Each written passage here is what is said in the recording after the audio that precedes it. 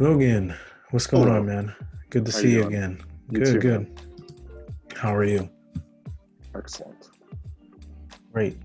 You? Yeah, so we're gonna do it a little bit different today. We're going to mute to start so we can move a little bit faster than yesterday, and then towards the end with the questions and comments section, then we'll probably open it back up again. We will open it back up again. So that's a little bit different for today, so we can try to utilize everybody's time to its best ability. So I hope yesterday was as good for you as it seemed like it was, Logan. Yeah, man. Yeah, it's I'm genuinely really excited about today. And yeah, I'm excited to like condense everything that we've got down to like a sentence, Mm-hmm. like Mm-hmm. kind of where we left off, the brand statement, I think was what it was. Mm-hmm.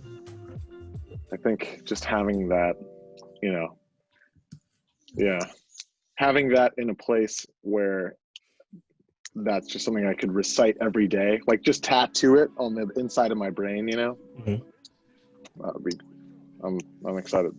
Well, we're definitely gonna do that, and we're gonna um, do your user personas as well, and get the goal prioritization, which is extremely important too, as I'm sure you know, to make sure you know what's most important, what can be more long term, put on the back burner. We're gonna do all that stuff.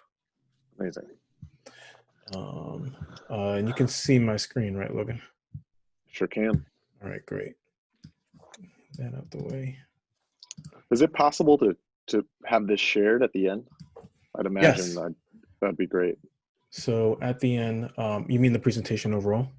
Yeah, just like everything we filled out, just to have that. I know we're recording this too, but Yeah, that everything that we've worked on so far is going to be in the final brief. amazing. Perfect. All right, so we're going to get started, and people will come in as they will. So again, thank you everybody for attending session 2 here of Logan Stone's discovery session.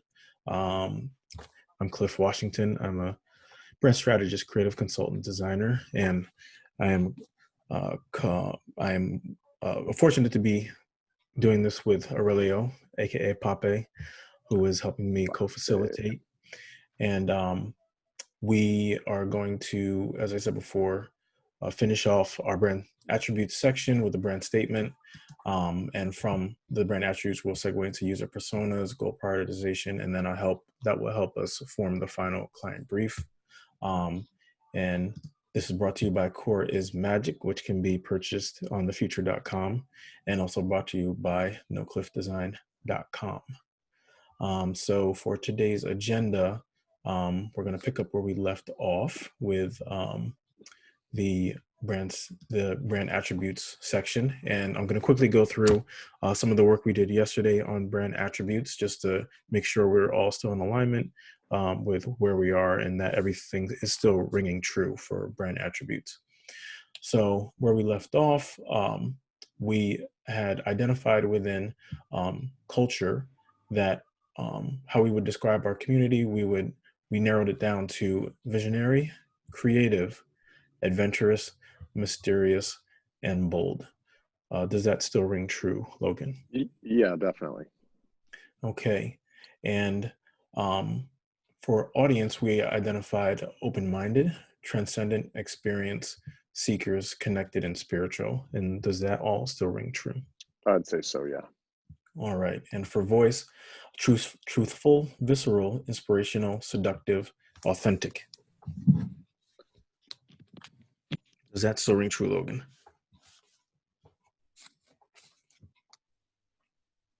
Yeah. Okay. I sense a little bit of hesitation there. I'm just getting present Okay. to each one because it's easy to just kind of like read them off and just I'm just being intentional and like being with each word. Got you. And so yeah. Totally understand. And for feeling, we identified inspired, curious, reflected, hypnotic, connected.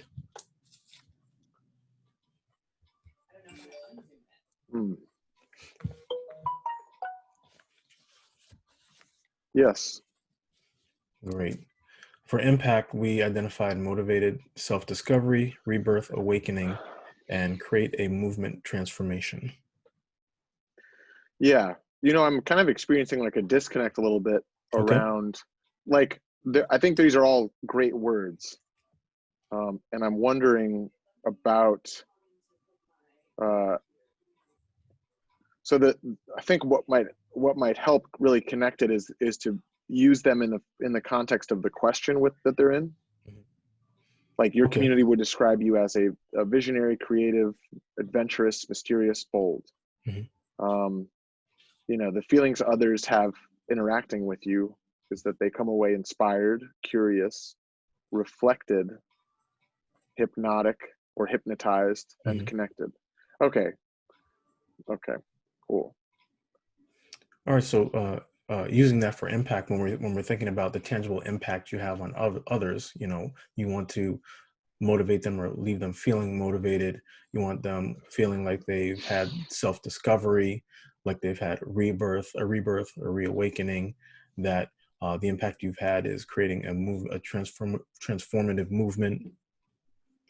Does that still ring true overall, or is there something else that you might feel identifies a bit better? No, I think that is the impact. Okay, that's great. And for our X factor, we identified the Jaguar Emperor energy. We pretty much had made a solid decision on that. Is that still the case? Yeah. Yes. Great. So taking all that into consideration, going back to the culture column, if we had to, within a minute, select one attribute that um, define that how your community would describe you overall, which one of those selections would that be? Um, I think the one that's the most encapsulating would be adventurous or Mhm. visionary. Adventurous or visionary. So comparing adventurous and a visionary, um, is there anything with adventurous, like if you had to compare them, which one of them would you put at the top of a pyramid as something that you would like to focus on Yeah, I the think most? adventurous, Okay, great, taking people on an adventure, being adventurous, walking the walk of living an adventure, you know, great. why not? So, and when we think about our audience, how would you describe your users? Which one of these attributes most succinctly describes how you would describe them above all the attributes that we selected? Yeah, I think above all, I would say seekers. Seekers. I would say seekers because, like, it encapsulates the rest of them. There'll be all the rest will be able to exist under the banner of secret people seeking Right. something. Like they're seeking a transcendent experience. Hmm. They are open-minded in seeking that experience. They're connected to others in seeking, you know. Hmm. Yeah. I Great. could say seekers or spiritual, but they're kind of interchangeable a little bit, Mhm. And you also know. remember that, even though we're breaking it down to one attribute, the rest of these attributes will still count. It's just we're Got it. Right. deciding at the top of the period, language wise, to focus on that one particular attribute. Got it. Cool. Also, one thing to make it more spicy, it's connecting two attributes sometimes, like spiritual seekers or creative seekers, Mm. or I don't know, like Open-minded because seekers, open-minded seekers, for like example. you can add to that adjective to make it stronger if you Mhm. want. So yeah, why don't we say that, like spiritual seekers? So we're kind of combining the two. Yeah, or like conscious seekers. Conscious seekers. Sure. Let's do that. Because just seekers, I think on its own, it's quite open to just what are they looking for or where are they contained. So Yeah. Just a little bit more targeted, specific. All right. So moving on to voice. Which one of these do you feel most accurately describes the voice of Logan Stone? I think I'm really resonating with authentic. I Okay. saw Marta brought up a question about the seductive Mm-hmm. as she said that she was curious about it. Mm-hmm. And here we are on the voice section here.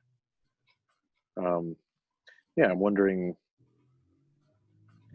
Well, I feel actually, like with that, authentic. Yeah, go ahead. let me bring in Marta real quick, or if Papè, could you unmute Marta real quick, just so she can expound upon that just for a second. Yes. I was curious because this is actually, I was pondering over it since yesterday, because there is like this contrast, right? Seductive, and you linked it, Logan, with drippy juice. And there is kind of this ha to it, right? Sure, yeah. I'm just curious, what's the intention behind it? What's the purpose of it? Is there any other characteristic to this character of using this? Yeah. Or what's, if you could share more. Yes, I would say that the intent, it's so funny, since we've begun with the culture in the audience here and isolating the single word, I think what I'm getting so far out of this is there's the opportunity to find the word that's kind of like the umbrella term, or the word that leads to the other words, right? And I think like when you're inspired, there's like a visceral experience in your body from being inspired, right? If you're being authentic, there's like a magnetic, seductive quality to just like being raw, authentic. You know what I'm saying? So like to that same point, like truthful is kind of the same. I guess where I'm going with this is, I think, so to answer your question specifically around the seductive or the drippy juice aspect of this, right, is like, there's a seductive quality to, it's like, what if that voice sounded like velvet? What if a movie, the way you watch that movie was just like the experience was like rubbing your hand on velvet, or like, taste. I used the gourmet dessert analogy yesterday.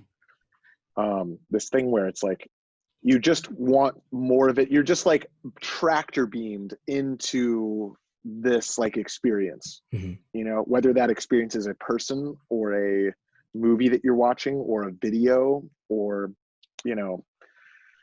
whatever it is. Would you say it relates a lot to the feeling of seductive? Like how you did it is, it's an umbrella to see which word leads to the other. And I think authenticity leads to seduction, because people are attracted to authenticity and truthfulness. And when you're speaking from your inner self so strong, people get like hypnotized by that seductiveness. I don't know if that's like a perfect example, 100%. Yes. Like perfect example is yesterday when I could have withheld this like Jaguar Emperor thing. People have been like, what are you talking about? Right. Certainly was like a possible reaction. But the second that I said that, everybody in the room like perked up. I would even venture to say that people that weren't here yesterday that are present today are like, what the heck is this fucking Jaguar Emperor thing? I kind of missed out on something. You know what I mean? So like when I look up the dictionary definition of seductive, it says tempting and attractive, enticing. Literally says a seductive voice.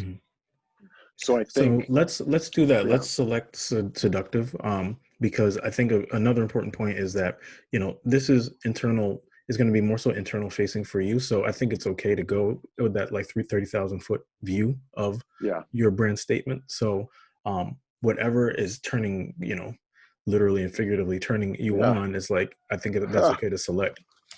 Perfect. Let's do it.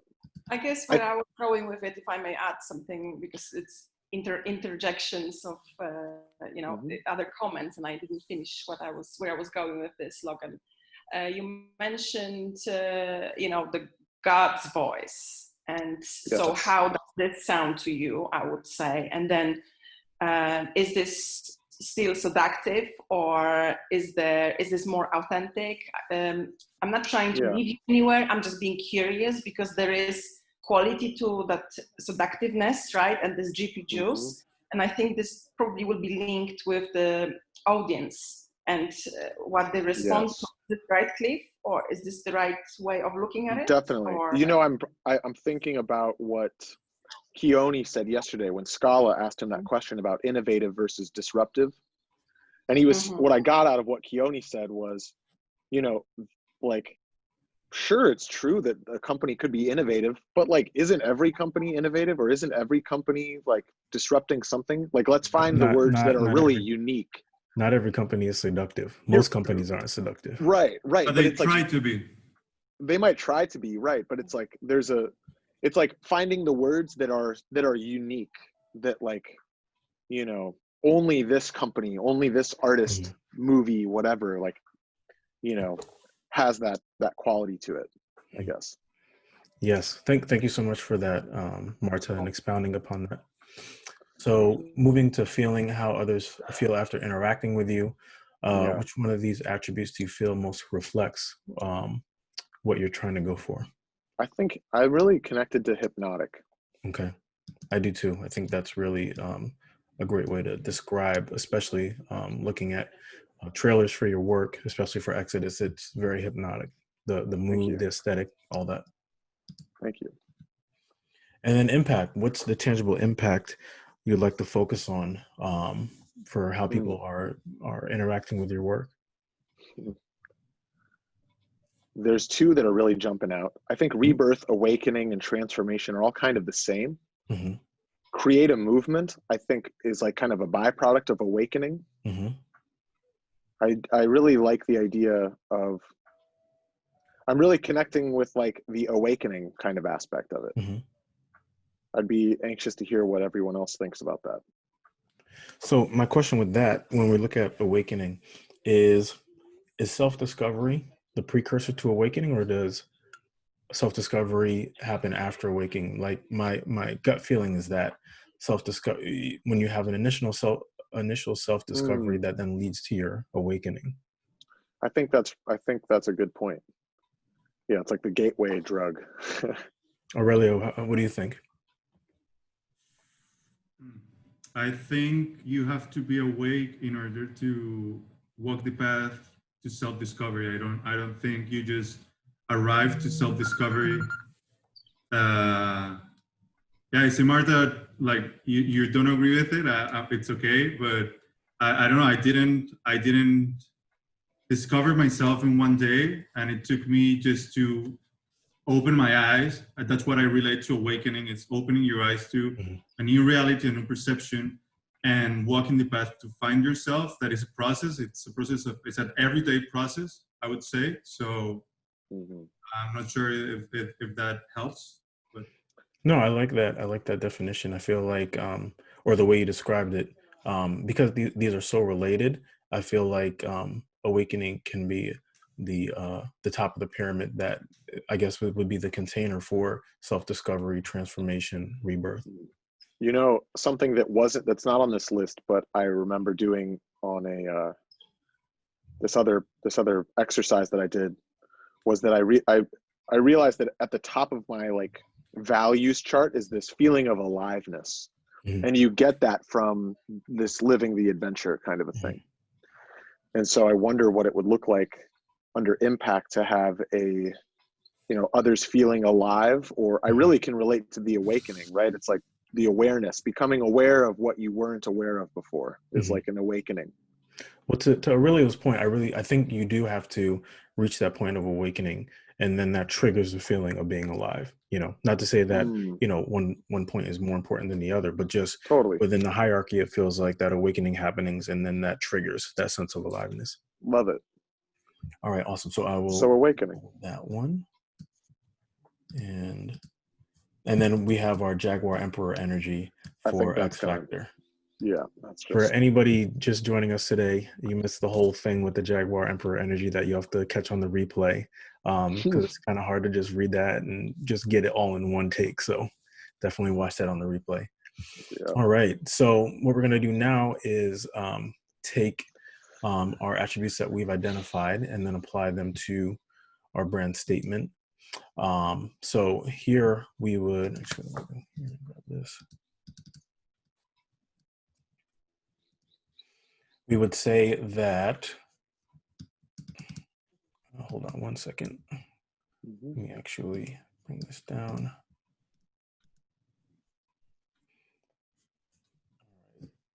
Hold on one second as I get myself together here. So we would say that we would use your name, Logan Stone, since we're in the process of discovering your path to the next part of your career. So Logan Stone provides as your service. Let me get this out of here. So if you had to describe your product or service, for me, it feels like a way to describe it is storytelling, but let me know how you would like to describe what you do. Provides. Yeah, I would say, you know, one of the other things that was on that list was transcendent experiences. Mm-hmm. And I think I can see the pro of it being that it's a wider net, but it's transformative experience or transcendent experience could be anything, and so there's like kind of almost a lack of clarity around it. So I would in say product or service, storytelling could work. Okay, Yeah, yeah, I was going to go say ahead. that in this part, we, or at least I tend to make it pretty plain, for lack of a better word, just as a descriptive of exactly what it is that you do. That's most descriptive. And then once we go to the customer's culture voice, it starts to get into more of the, I guess, the existential realm, about 30,000-foot view of what you're trying to do. So Cool. Let me highlight storytelling. So here we would go back to our attributes and identify the customers or audience. What was it? Conscious seekers. Yeah. Those conscious seekers.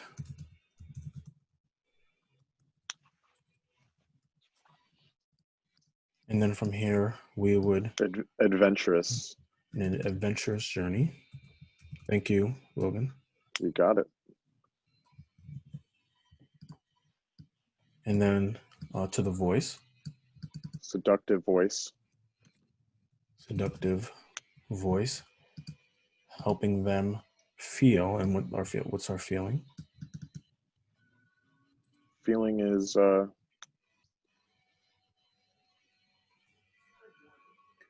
can jump back real quick to hypnotized. Thank yes. you. Thank you, Aurelio. And hypnotized. Awakened. Awakened. Awakened for impact. And maybe in app you could change it through an adventurous journey, maybe. So Logan Stone provides storytelling to those conscious seekers through an adventurous journey. That's what you're saying, Aurelio. Yeah. English is not my first language, but I No, don't know you're if that's good, better, man. but No, that's right. Good. I think that flows a bit better. Through an adventurous journey with a seductive voice, helping them feel hypnotized and awakened, with our X factor being the Jaguar Emperor energy.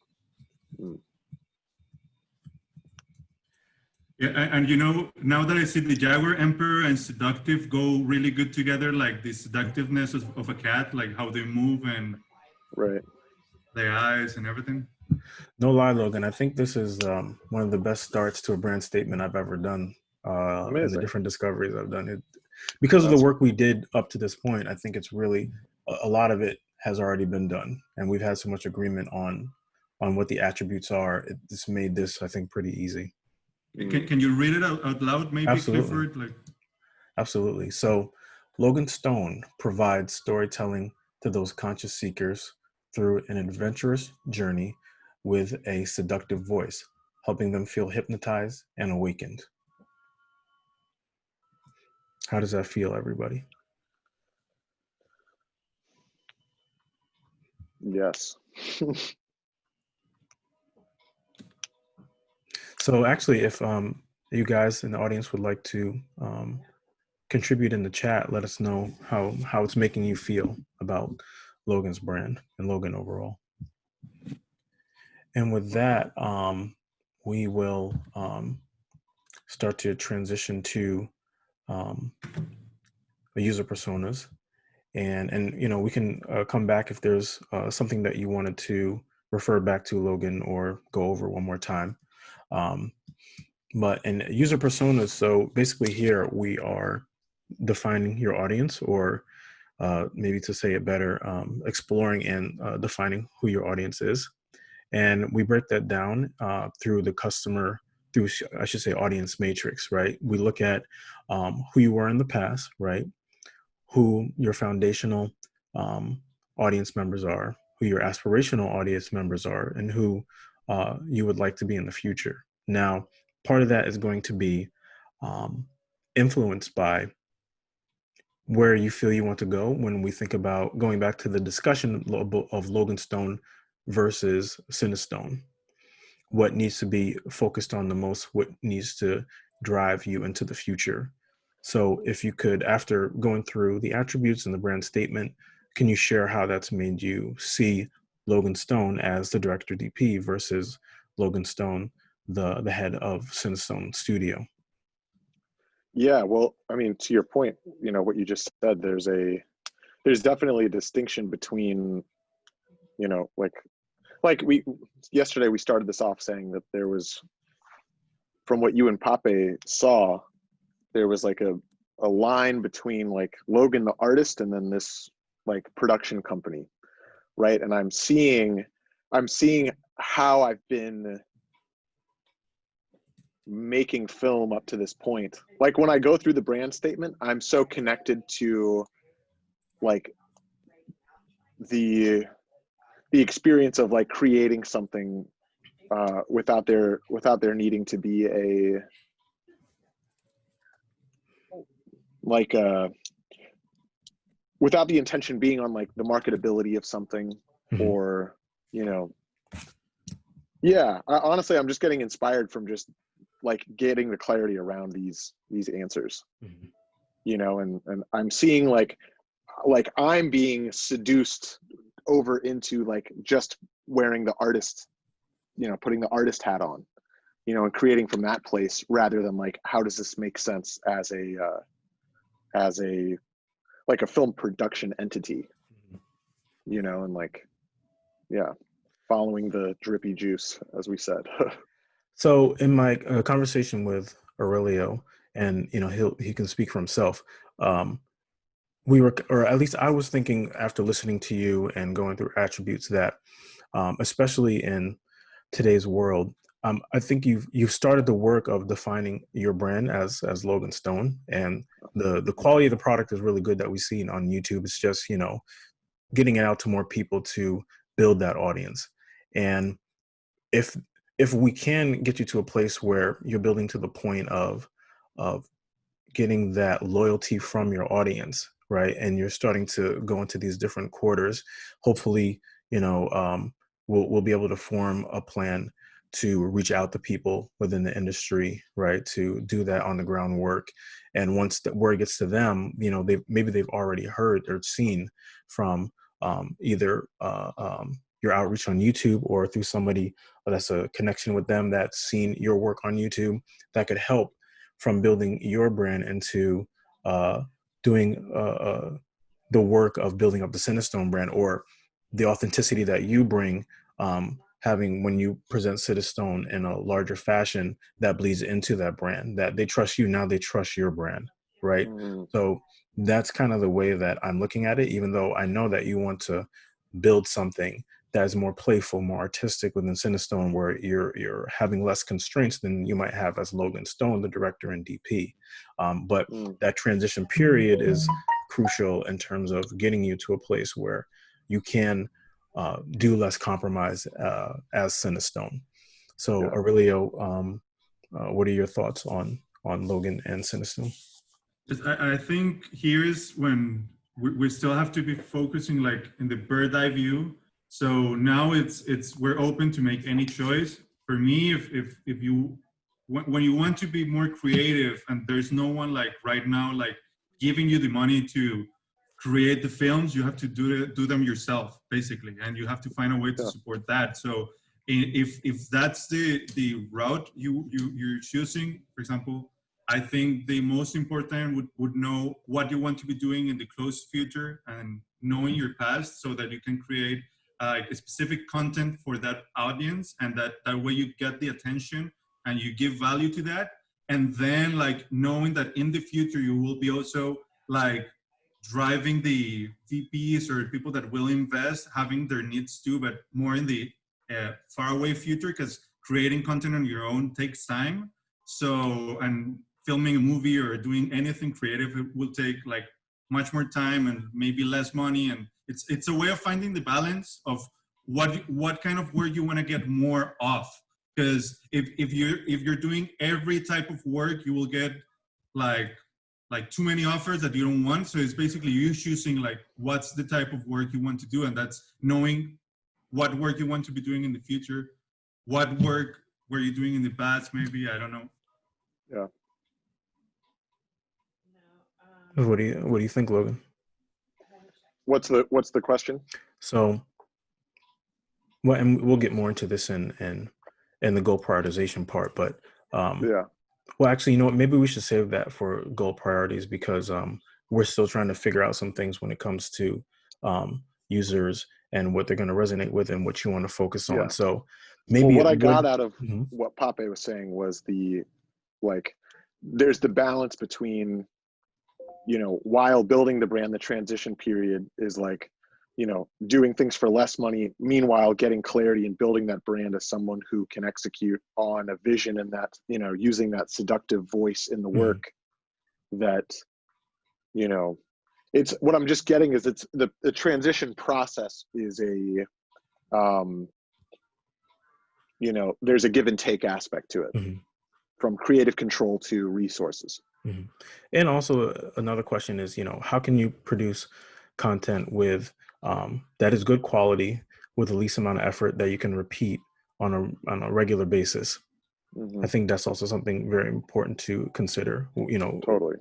Whichever direction you decide to go in terms of the type of content that you're making. Yeah. And I don't know, maybe like Kiani or Jose, like if we can open the mic for 2 minutes, 3 minutes, and see if they have any advice and any direction we could take this way and get right into it. Okay, I don't know if Jose is back from getting green tea, but if maybe Keone can jump in real quick. Nice. Yeah, I think Kiani's gone. Oh, it's gone? Okay. Yeah, They might be on the same computer. Well, while we wait for them to get back, maybe we can jump into you in the past, Logan, and we can start to define the type of user that reflects who you were and some of their needs, if that's a direction that you would want to go in. Jose just wrote he can't unmute. I think you have to. I just got it. He unmuted me. Thanks, guys. Oh, okay. But I would say just do the exercises. Let the exercises kind of like manifest themselves. I think that's the most important part. Okay. Perfect. I have my opinions, but who cares about my opinions? So, when I was thinking about you in the past, and this is just giving you a glimpse into, I guess, my life and on the daily, what the people I talk to when what I'm doing, on this group that is basically folks of color in the media industry. This one girl is an aspiring videographer or cinematographer, and she was expressing how she's ready to get on some jobs, mentorships, internships, and she has talent. She just needs that kind of role model to help further develop her skills. And it seems like I almost call her in this particular character archetype, as the dreamer. Maybe that was Logan 10 years ago, right? He's trying to develop his portfolio. He's trying to seek out mentors that have more experience in this particular area, and that can help guide their eye or their skills to go to that next level. So I'm not sure if that's you in the past who you want to serve as in a mentorship role, or within, video production webinar role, or how would you see that, Logan?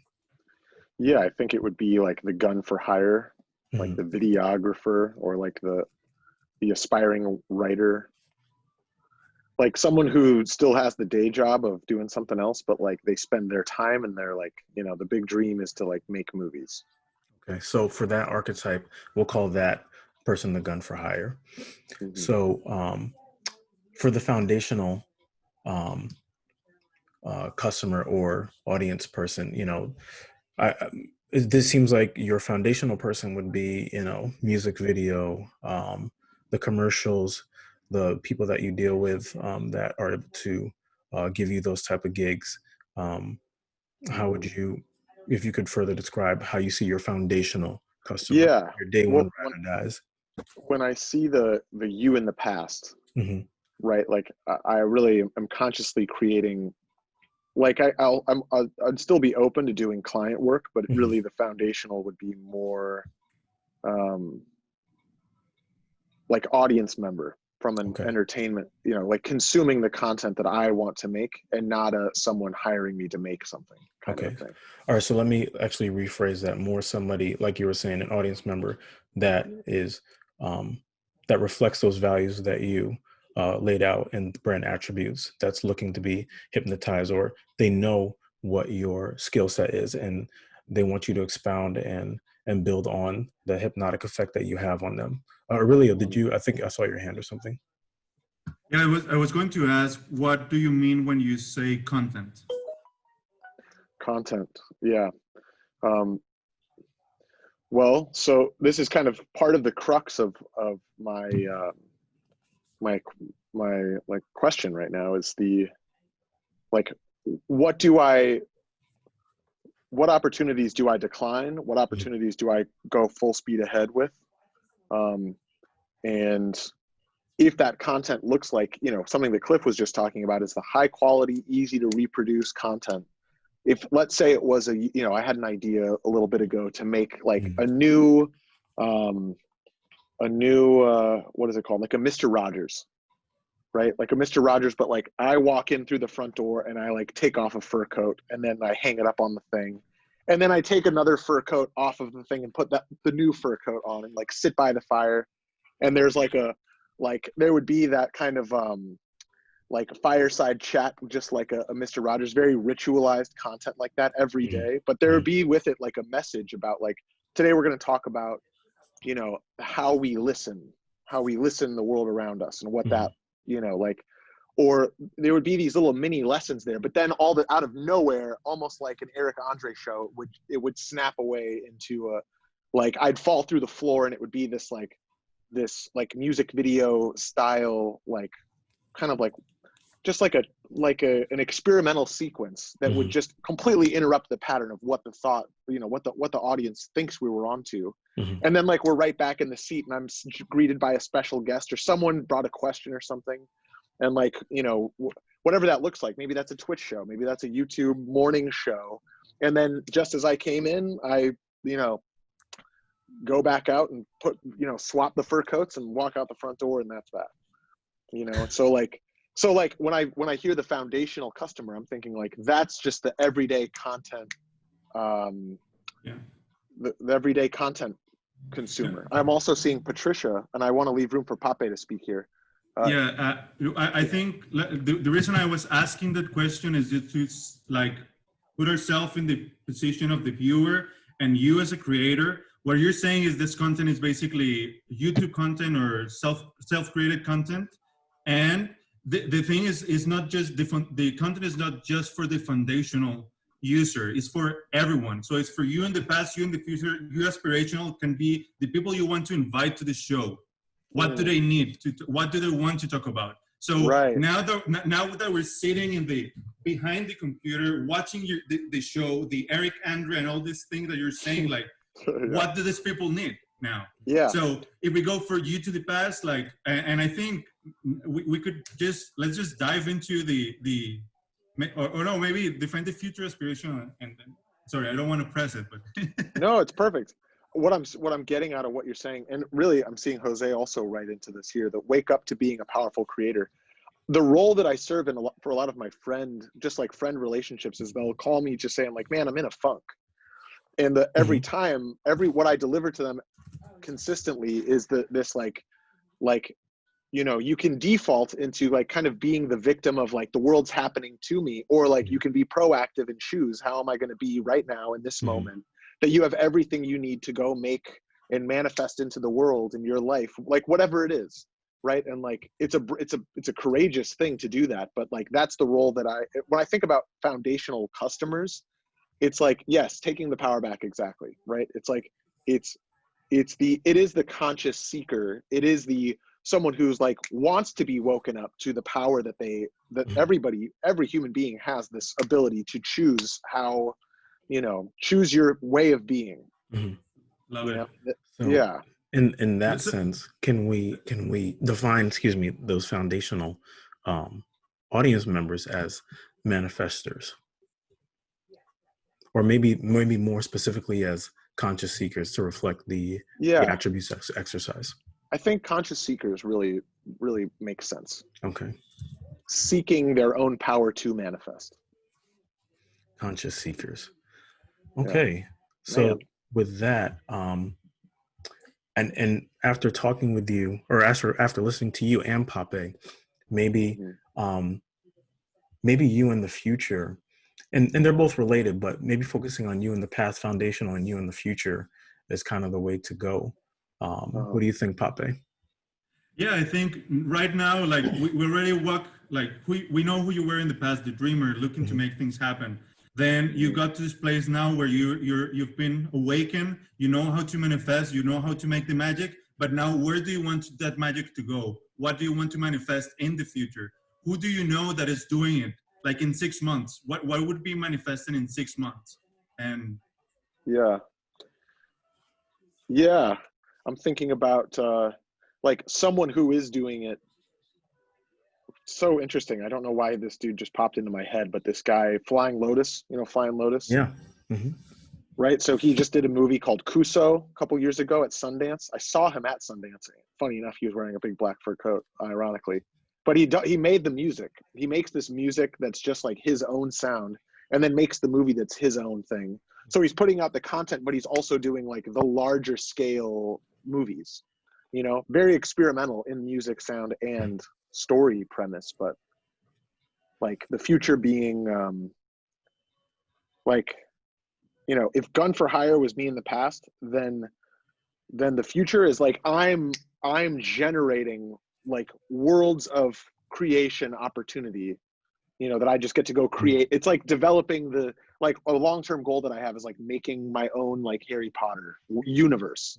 And it's like, all right, I'm going to do movies, you know, 1, 3, 5, 6, and 7, and someone else can do the other ones, or I'll, you know, like it makes me think now around the aspirational. Or Papè, go ahead. Yeah, I think that you just said is the aspirational. That is in the, like, let's say 2-3 years. And I like how Jose put it. The conscious creator is more in the close future, because now you're making the conscious decision to know what you want to create.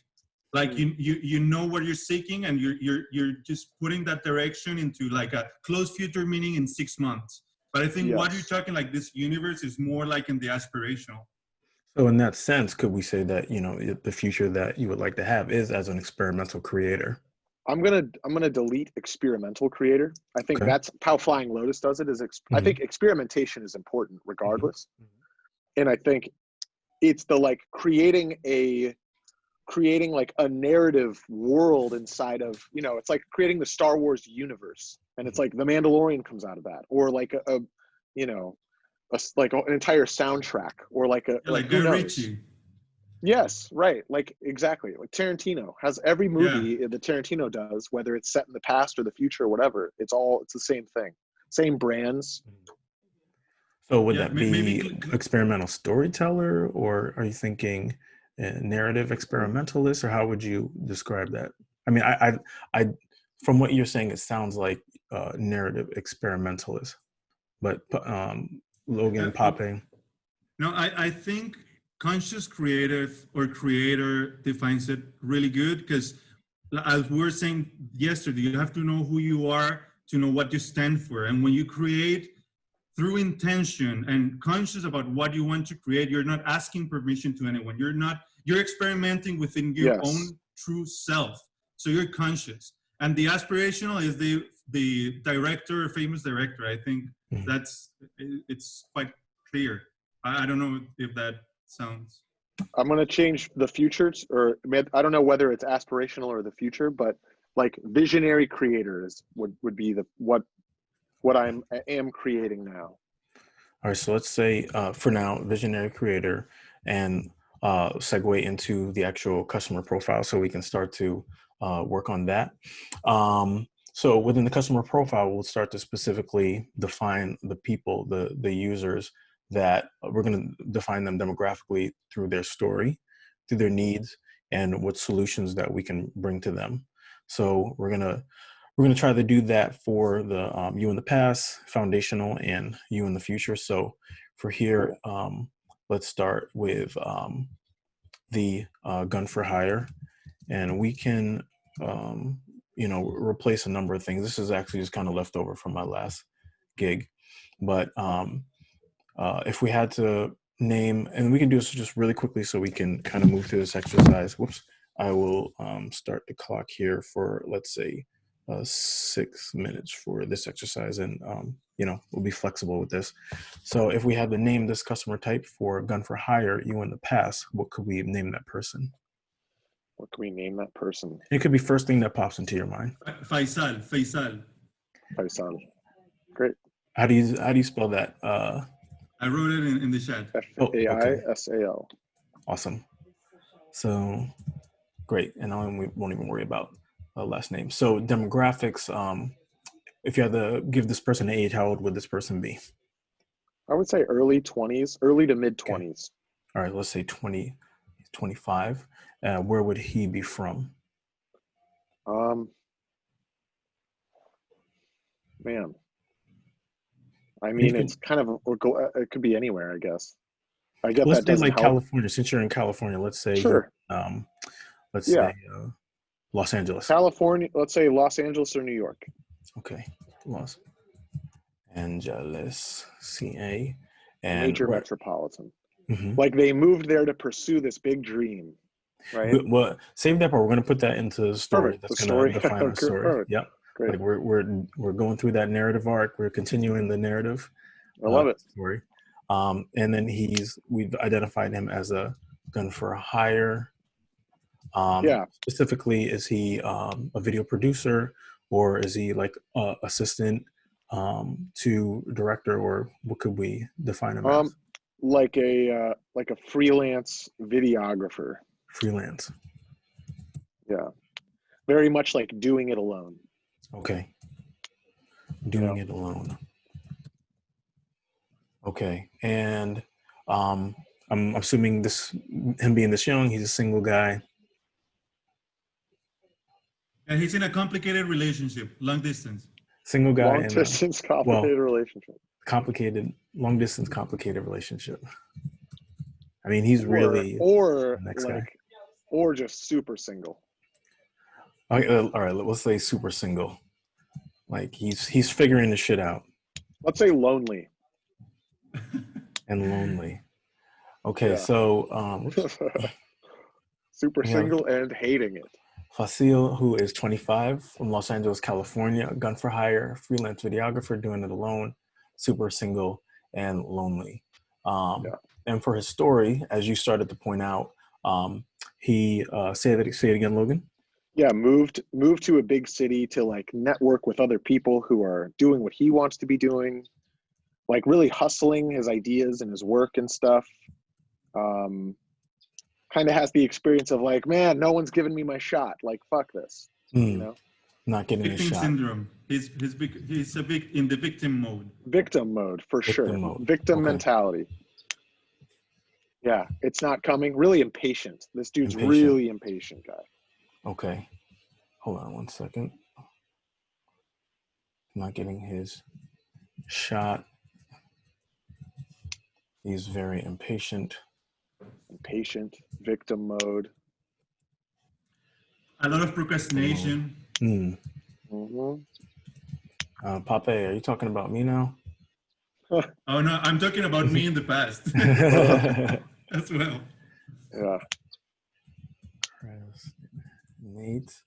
Procrastinate. Okay. What else is in his story, Logan? This person, I like what Patricia just said. Doesn't have a focus. He wants to do a lot of things. So his vision's not narrow. Not focused. Yeah.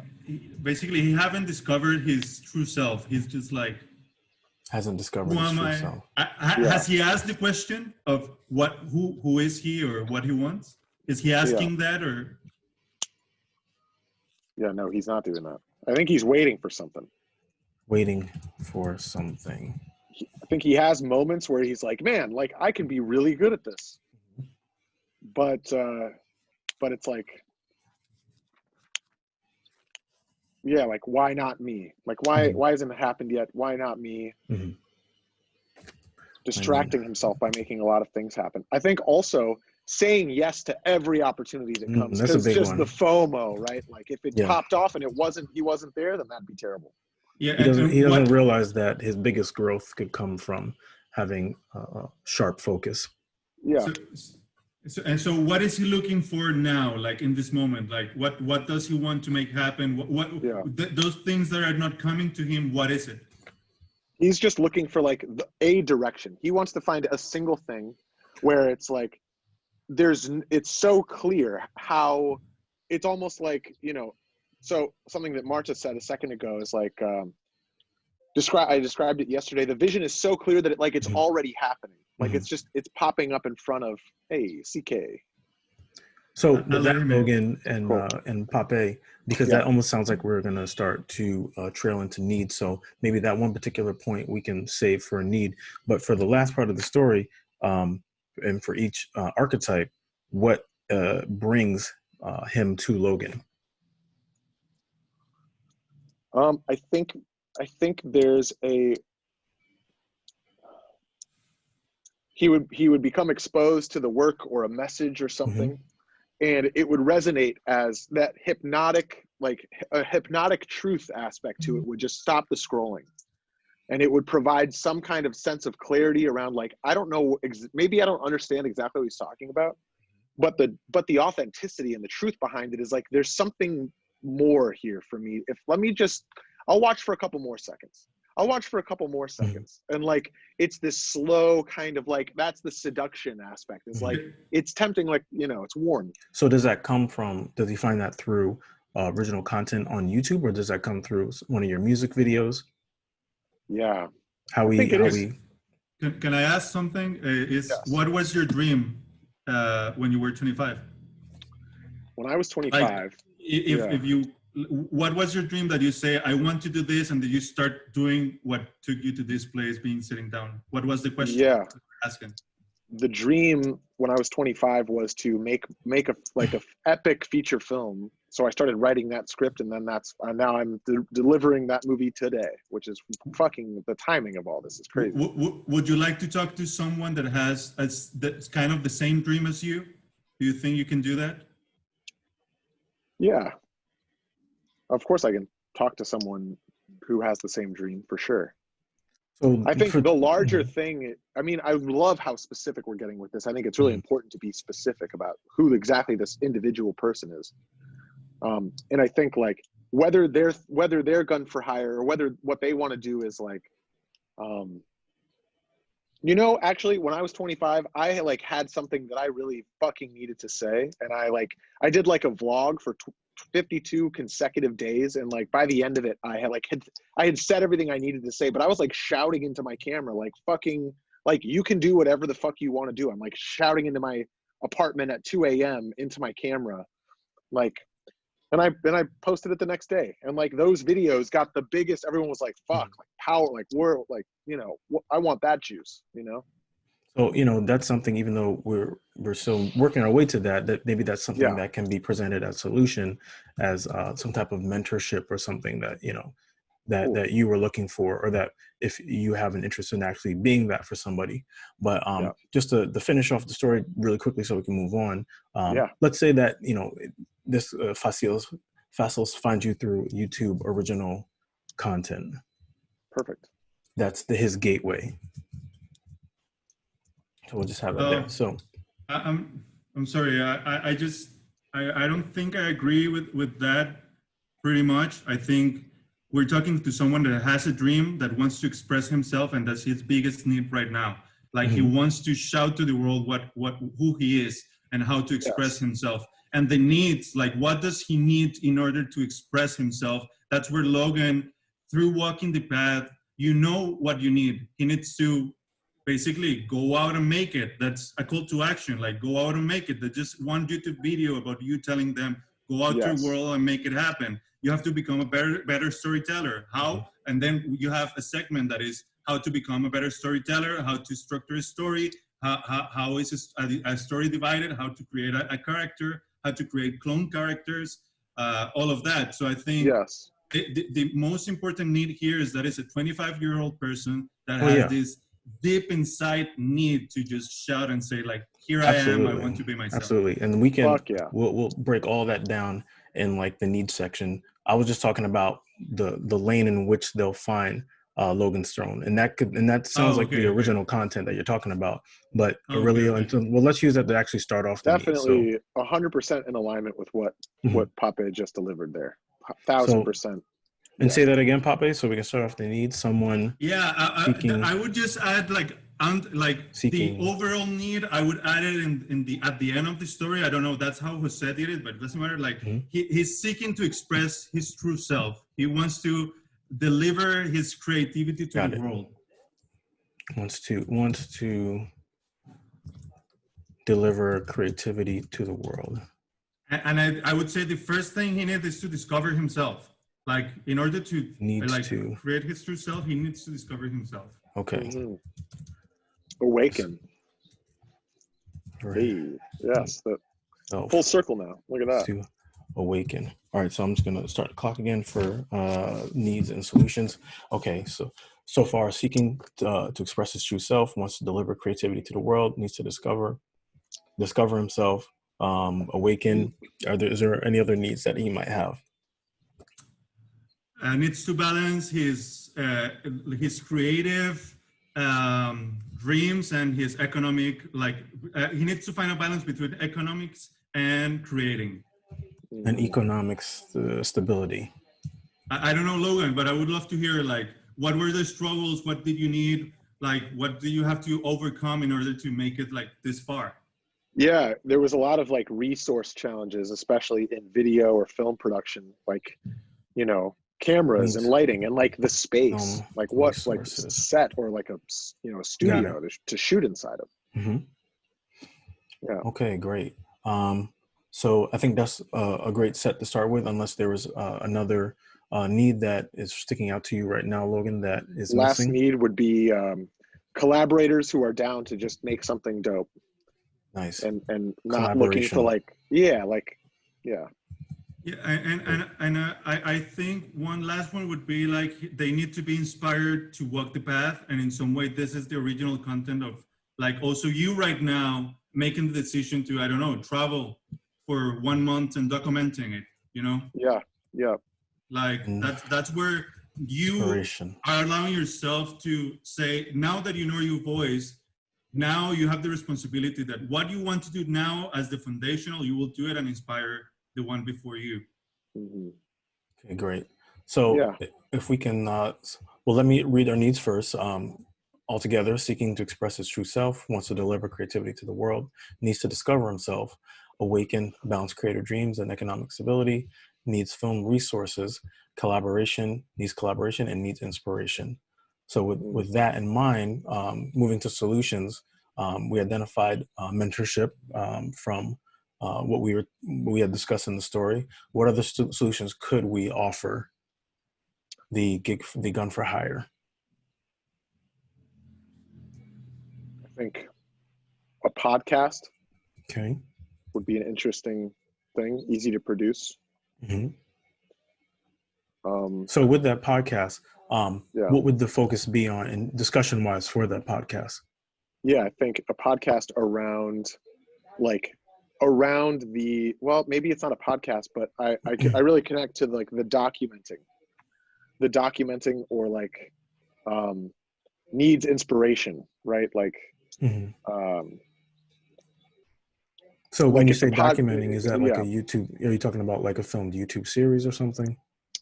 Could be a filmed YouTube series. I think, because since we have, you have the interest in podcasts and YouTube, which one are you feeling like it might be more a passion for you to actually get up and do, kind of like blue collar, you know, a few times a week or however frequently that you do it? I think YouTube would be it. I think, okay.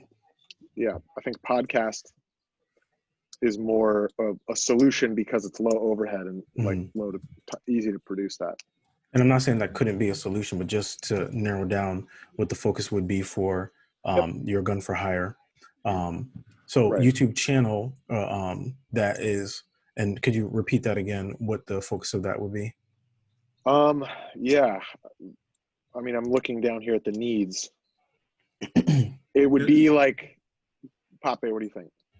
No, sorry. You go. I think I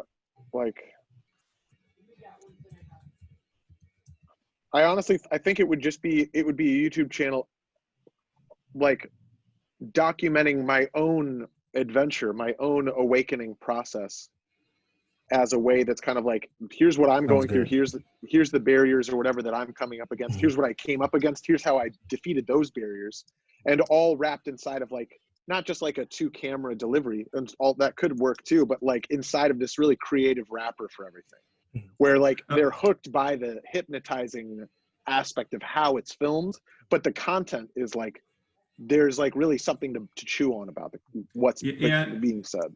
That's great. Then like, for example, in the balance between creative dreams and economic stability, you can also show like the budget before going for the trip or after you finish it. Like you break down how much money is spent, how did you plan it, how much gear did you get to it, like, because I feel like when you're starting, you need to understand more of the business, like having a budget, how to send a proposal for a movie as a freelancer, like there's many things you need that also go into like your YouTube channel that is not just a docu-series. So basically, but maybe that could be the podcast. You're sharing the process and you're showing transparency.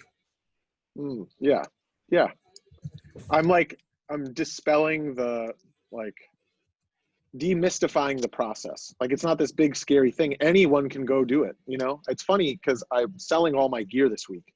And I'm going to get the new iPhone and just shoot a bunch of stuff on the iPhone. And it's like, that's all you need. That's it. Like, you know. That's a great video for the YouTube channel. Like, there you go. Like.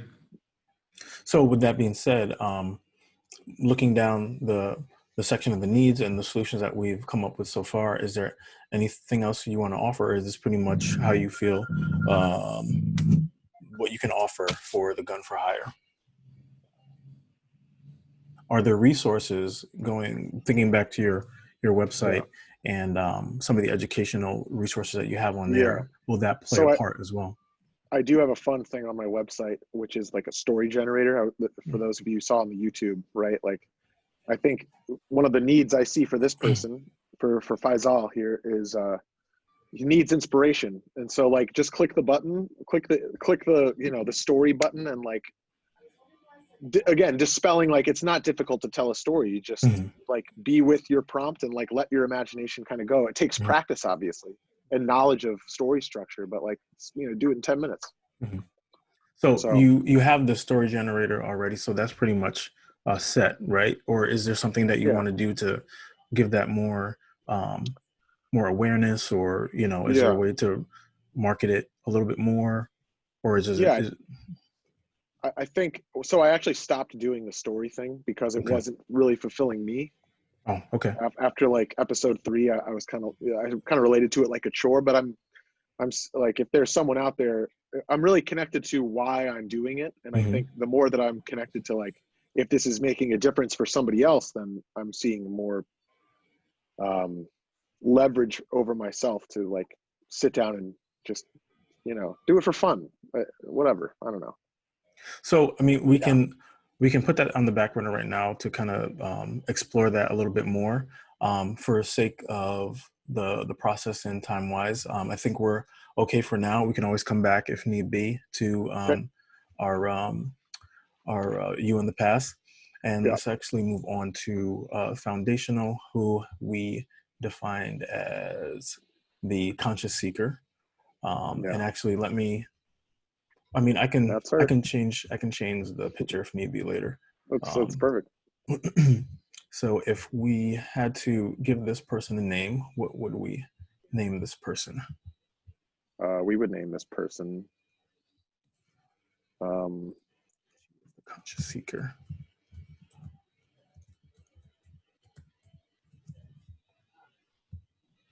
So maybe she could be maybe her name is Catherine. perfect. Okay. That's my sister's name. Exactly how you spelled Oh, great. I mean, I'm starting to read your mind now. So how old is Catherine? Catherine is 28. Okay. Should we pick a different one so I'm not just describing my sister? How old are you, Logan? I just turned 30 a couple days ago. Oh yeah, let's say she's 30 then. Okay. Can we say she is from San Bernardino? Stick with the California theme. We sure can. Yeah, I could see her being from like Pacific Northwest too. And please correct any Cali people if I'm not spelling your cities correct. Let me know. And what's her job right now? Her job is like, she's like a coach, or she's like a yoga teacher, or like an artist. She could be another artist. An artist. Something Okay. like that. So is she like a multidisciplined artist? So, maybe she's painted, but now she has an urge to get into filmmaking. Yeah. I think she sees the value. All right, Rashid. I think she sees the value in like content creation. Oh, okay. Artist, content / content creator. Yeah. Okay. And is she single, in a relationship? How would you describe her status? I'd say she is in a relationship. Okay. Okay, so we have Catherine, 30 years old, San Bernardino, California, artist, content creator, in a relationship. I'm trying to think of any other demographics. I mean, obviously she's female. More than a relationship, she really feels like she has partnership in that relationship. Got you. She feels she has partnership. Even if they're not married, it's very... So she's very like in her very new wave, new age in her thinking. It's not just about the institution or the practice of having a girlfriend or boyfriend or husband or wife. It's like forming real partnerships. Yeah. Okay. Yeah. So with that, to take that idea of the user, we can say that she's, very much forward thinking type of person. I'd like to think that she had a corporate job. Progressive. She used to have a corporate job. She used to be like really plugged into the the institution of how things do, like she's very familiar with how different industries have worked up to this point. And she's quit that job to go start her own thing. And it's not without its challenges, but she's very much like, she's like exploring like what else. She's taking the experience she got at her corporate thing, and she's just open-minded to like what else is there. She's already had somewhat of an awakening in order to quit her first job, this corporate secure cushy thing. But she's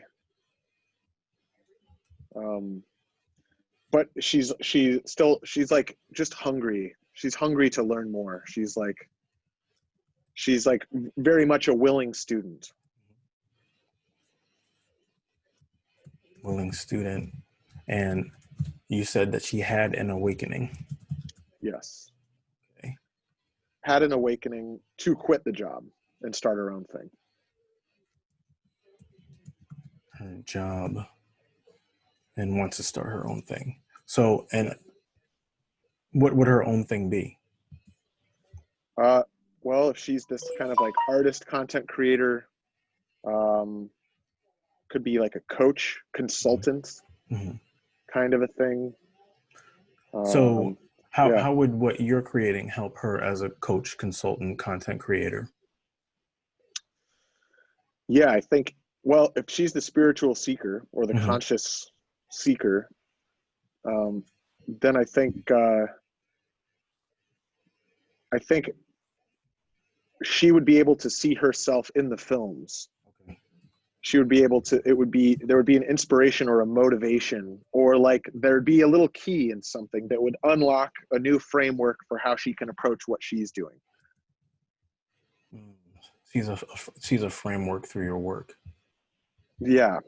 Or she even sees me as someone who is like kind of doing, like we're at the same spot. I'm just doing something else over here and she's doing it over there, but it's kind of, she like feels like she's got someone else in the trenches with her, even if it's not in the same business. Role models works. I love how CK put it, the inner game of sharing her stories and the outer game of storytelling. Ooh, I like that. The inner game of sharing her stories, the outer game of storytelling. So I like that. Let me just put that down in there. So, okay, we have her story. What are Catherine's needs? I think that. Mm-hmm. I was gonna say like multiple income streams. Okay. Exposure to what she's got going with her own thing. I could even see clarity around like what is the impact that she's going to make with this thing. Clarity. Impact. Great. You know, like what is the largest context impact she can make? Mm-hmm. You know, more fulfillment with what she's doing. Needs. You know, I'd imagine she maybe feels really bogged down with like, now that she's doing her own thing, she's kind of like the harsh reality of like, damn, I got a lot of responsibility now. Mm-hmm. So I kind of need to multiply myself. Or with that added responsibility, does she need like a support system for all this pressure that she's now under? Yeah, support system, tools, like mental tools for how to do what she's doing and thrive doing them. Mm-hmm. Like mental tools, or like an awareness, or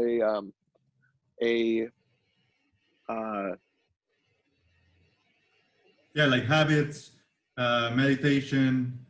So wellness tools. Like honestly, the thing that's coming to mind for me right now, honestly, mm-hmm. is like tools for listening. Something can happen to her. Mm-hmm. And I'm not saying like being a good listener, like I'm listening to someone, and that is important, but like listening it in terms of like something happens to you, or someone said this the other day, someone was venting about, oh, this guy at work just keeps triggering me. And mm-hmm. It's like, is he triggering you, or is he saying something? This dude's just saying words and you're getting triggered. Mm-hmm. And so the distinction, self-awareness, or like, again, this is kind of like it sounds like you're saying she needs to develop a practice to be able to respond in a way that is going to leave her with some type of equanimity inside. Yes, I'm going to upgrade that from, she's not responding, she's not reacting to anything, she's choosing, I'm going to be this way about mm-hmm. this. Mm-hmm. And it's of her own power that she's choosing her way of being, and not in reaction mode and survival and fixing mm-hmm. mode. Well, all that sounds like one of a video that you can directly like pull from here and actually use it in one of your videos. Perfect. You know, when you're sitting down in the fur coat. I love it. Yeah, literally exactly. So if you could condense that into like, you know, a sentence or a phrase, how could you describe that? Yeah, I would say this would be all inside of like a leadership, There we go. Leadership. like a leadership training. Okay. Very cool. Shoot, like, yeah, it's like removing triggers that take her out of being her like declaration of who she is in the world. I would say one of the needs that she could have in this case is like access to like being cause in the matter of how shit's gonna go. Could you say that another way? Yeah, like she could like being able to choose her state, her inner and outer state. Is there an outer state? Accessing your inner strength. Could that be a way of describing it? Yeah, like having a accessing an inner strength. It's Access what to I'm trying to say is it's like in any moment she has access, she has the ability, she has the awareness and the ability to choose, I'm going to be this way. Okay. Ability Rather to choose. Okay. All right. So self-mastery. Self-mastery. Yes. So looking back on the needs that we've identified: multiple income streams, exposure, clarity of impact, needs for fulfillment, support system, mental tools, leadership training, removing triggers, ability to choose, self-mastery. What solutions could you present to help her fulfill those needs? Yeah, I think honestly this comes also back to the YouTube thing. Solution would be like the documentation of the process. I think there could also be like a course on self-mastery. So regarding your courses and going back again to your website where you have your courses laid out, what are your thoughts and how do you feel that needs to develop in the future to really have the impact that you want it to have? Yeah. For somebody like Catherine? Well, I think it would have to be clear that it's marketed toward like the solopreneur and not just like I'm a filmmaker selling a course for filmmakers, right? So it would have to be accessible to her as an audience member.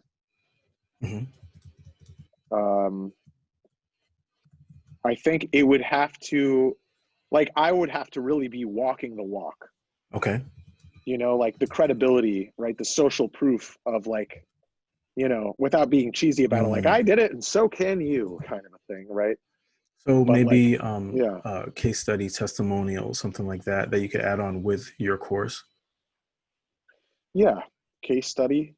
I think that's great. Case study, testimonial. I think it requires me to like reach all new levels of success in my own life. You know?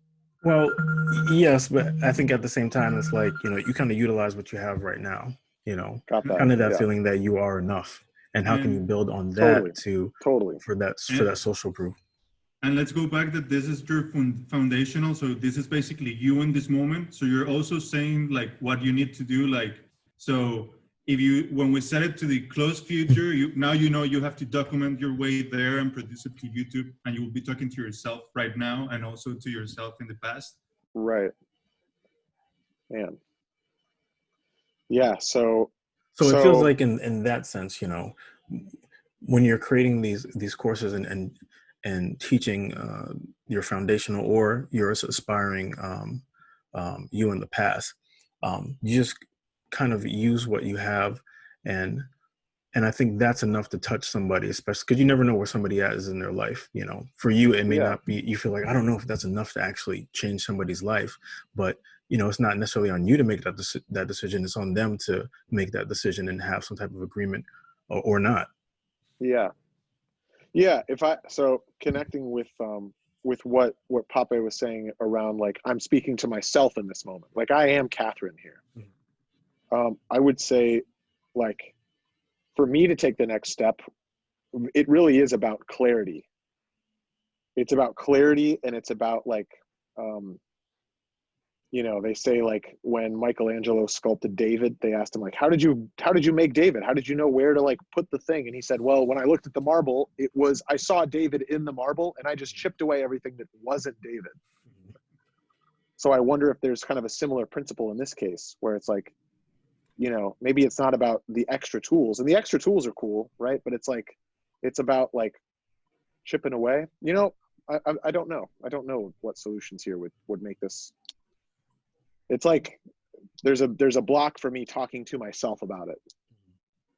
Well, I mean, I feel like in a sense you've pretty much laid it out, right? When you've talked about being able to mentor to yourself in the past and what tools that you needed or tools that you could offer. I think in that sense, it's like, how do you package it? How do you make it digestible and real for people? That's the challenge part of it, because there's a lot of noise out there. How do you distill, how do you break through that noise with something that you can offer that's targeted, that, speaks to what you're trying to do within your brand overall?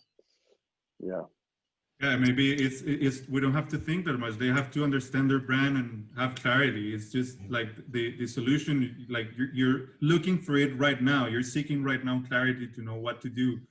And you can guide someone else to help them understand how to express their own voice, their own Jaguar Emperor, That's a great point by CK. That's the name of the course, right? It's like Voice from the Jaguar Emperor. Yeah. Like who wouldn't want to explore that? God damn. Yeah, right. Yeah, we don't have to overthinking it. Like, I know it gets weird, but it's just like it's happening. You're doing it already. Yeah, man. Right, exactly. And we don't necessarily know 100% what that's going to be right now, but to just kind of take that idea and run with it and see what happens with it. And now you have a better path for your YouTube channel. Like you have more topics to talk about, and like you can add this to the instant story maker. Like that's not just one thing you're doing. You have so much more to talk about.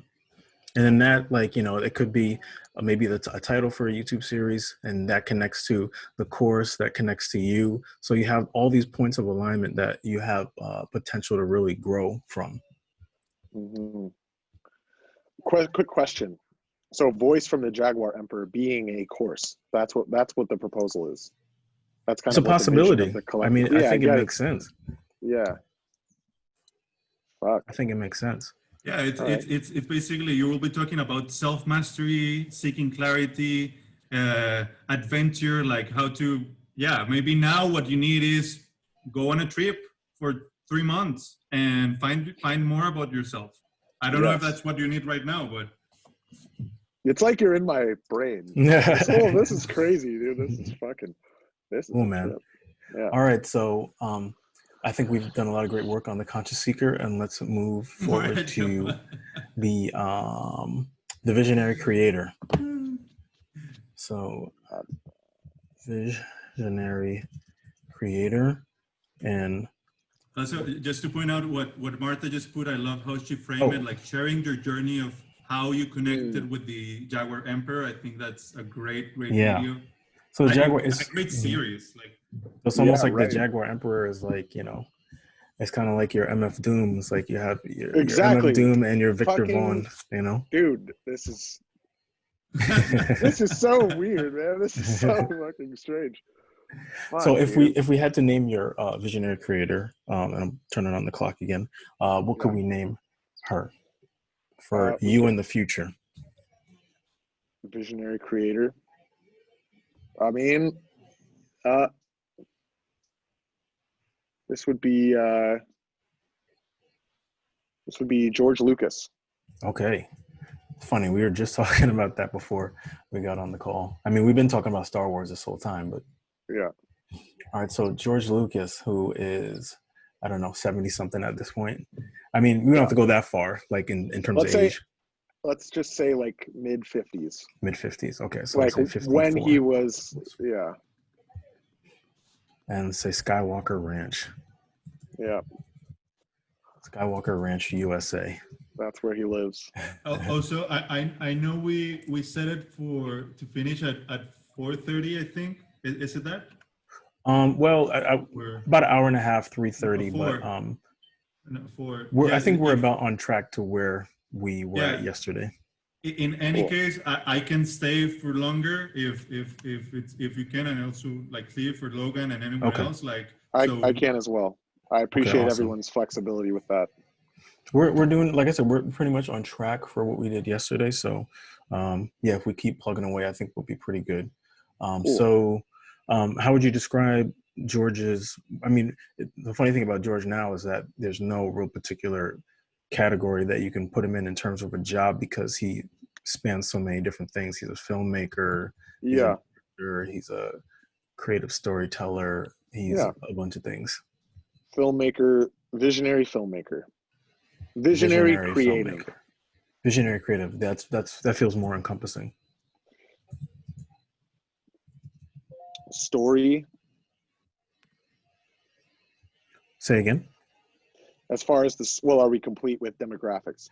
Oh, let's see. Let's say the person is married. Yeah. I'll get another picture to replace the woman, so it's actually a guy. But we can do that later. So we have demographics: 54, Skywalker Ranch, USA, visionary creator, married. Let's say he's married with kids. As something for. Well, I'm going to assume that's your future. Is that correct? My future is to get married at some point. With kids? Maybe at some point. Married with kids. We'll say married. I don't know, married man. with kids, Honestly, yeah. That's all right. We can be I'm not unsure rushing. about that. I'm not rushing into that yet.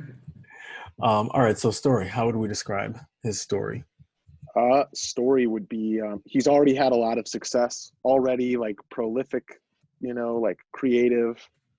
The story, like he's already launched the big work, already has a name for himself. Let's see. Resources is not abundant resources. Abundant resources. Snaps his fingers and shit happens. Okay. Yeah, I think part of the story too is that he's kind of like, perhaps he's a little burnt out. He's made his money, and like the magic, like the spark that was there when he was like 20, maybe now we're getting into needs, so stop me if you'd like.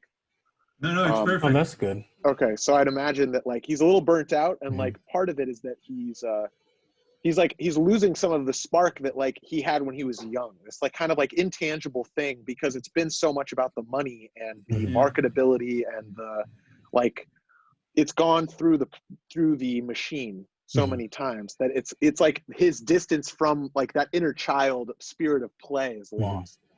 Yeah, So CK says he needs to get your mojo back. He needs some Yes, Jaguar. yes. He needs some Jaguar energy in his life. Yes, he does.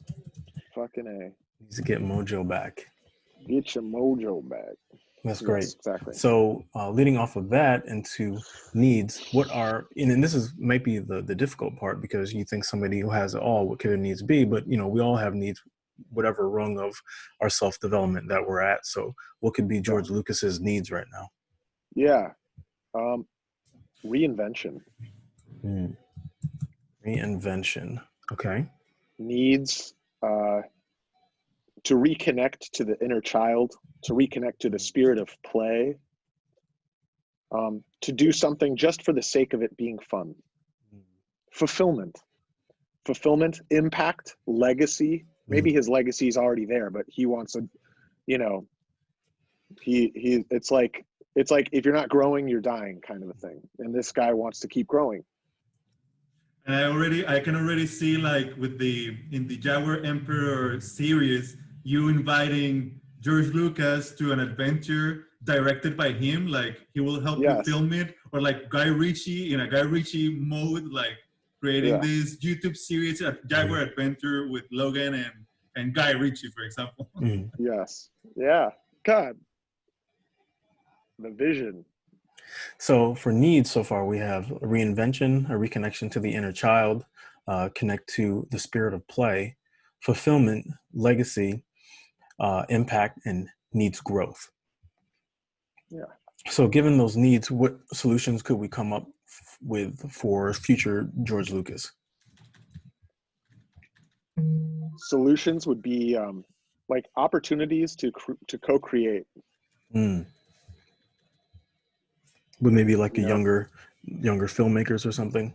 Yeah, like opportunities for them to be a contribution to younger filmmakers. Okay. Create to contribute to younger filmmakers, if I'm saying that correctly, Logan. Yeah, opportunities to contribute. Yeah. Okay. Great. Okay. What else? Opportunities to contribute to younger filmmakers. Opportunities to like recapture that spark, Mm-hmm. you know, that So, magic feeling when everyone on set is like a family and not employees. so would that be maybe he jumps back into small budget, small indie type filmmaking? Yeah, I guess like relative to, you know, the billion-dollar budgets of Star Wars Mm-hmm. Like a stuff. back to basics filmmaking. Yeah, like a couple $1 million thing, you know? Got it. Yeah, it could be like a YouTube channel as well. Like you can challenge Yes. a famous director to film with the cheapest camera or a cheap phone. Like, you know, make it about the story, not about the Make it about equipment. not the effects and all that Yes, stuff. right, Yeah, he needs a creative challenge. right, Like yes. like when he had to figure out like how to make the special effects and they have to build the ships and everything. Like Mm-hmm. like they didn't know how to make it happen. They just had the challenge and they made it happen. Mm-hmm. Yeah. Absolutely. So is there one more solution that we've come up with for George Solutions for George. when we're thinking about reconnecting with inner child or impact? If there's something around impact that's possibly outside of filmmaking, related to but outside of the process of filmmaking. Yeah, I think for like what we're creating to live inside of some kind of maybe like a foundation or Mhm. something, or for him to get connected to the impact that the stories are creating in the world, that Mhm. to inspire others, Mhm. or you know, I'd even add here as far as solutions go, like to offer him partnership in that. Inspire partnership solutions, maybe. Like, yeah, like specifically between myself and the George Lucas. It could be a small course, Mm, or like maybe them giving like some of their knowledge back to the younger creative, like the gun. What was the name? the gun for hire. The gun for hire. Yeah, Yeah, they the they Merc. can. So circle it back around. Because I can see like artists, we're like, and I would say we're passionate not only about the craft but seeing and admiring other people's art. So by people allowing us to create and giving us advice that brings more art to the world, you know, so you can Yes. see it helps you. Like art is Mm, just continuing. So it's just giving back the knowledge. If they don't give it back, it's gone. They die.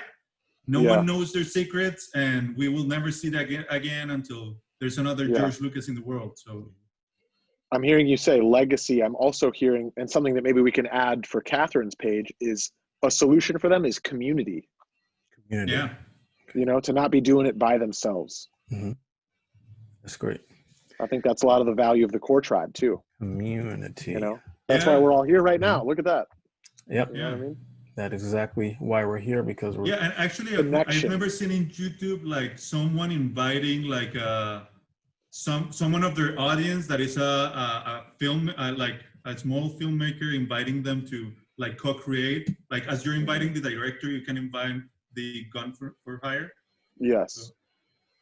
So just to review our solutions for Connection. George Lucas, solutions covering opportunities to contribute to younger filmmakers, small budget filmmaking, make it about the story, a creative challenge, some type of creative foundation, inspire partnership solutions, giving knowledge to young creatives, like the gun for hires, bringing it back around to our you in the past, and bring more art to the world, and community. Yeah. That's great. So that concludes the user personas. And again, just a reminder that, you know, these can be flexible as we continue to develop, and as you are building out your content, you know, some things might change, or you may want to add on some things. But I think we have a good foundation with this. And Awesome. something I would like to add also, Logan, is that when I do this, I also try to, like, I don't know if you're getting like how to think in the position of your audience here, and how to Yes. quickly like it's something that you can do it on your own, because now you've seen it and you just come up with a need and you make the solution and you start to make it happen, you know? Yes. So it's great. It literally puts, like, I can picture like faces with names. It's like they say that the most effective marketing messaging that you're putting out is when you're speaking to like a person and not trying to capture everyone, right? So yeah. No, sorry, just when you go back, like for example, the landing page you have in the Cinestone, Yeah. you know, like adding more like about the legacy, as if George Lucas was looking at it, and you're Yes. like trying to Well, make him like spark and remember, like go back to when he was making it happen, you know, like. Yes. Yes. So something Yeah. that I'm just reading that CK put in the chat, and maybe that kind of goes underneath Creator Foundation. He was saying leveraging media for greater social impact.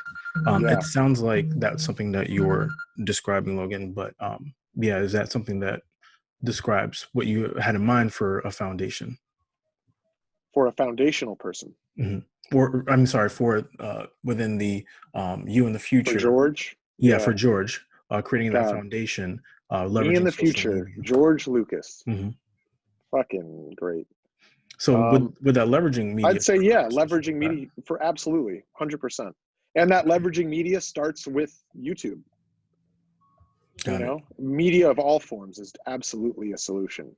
Yeah, and we were debating before this, like, because yesterday you said at the end that you kind of felt like your call, like your inner Jaguar saying like, this is what I want to do. I want to express myself. And we're like, when we get here, is like making the decision if you want to create your own content, or you want to still like just try to find someone to pay you directly to do the movie. But I think the best way is just express your personal brand, bring the attention to you, get them to know you, get them to spark something like that inner Jaguar and hiring you, because people hire like this energy.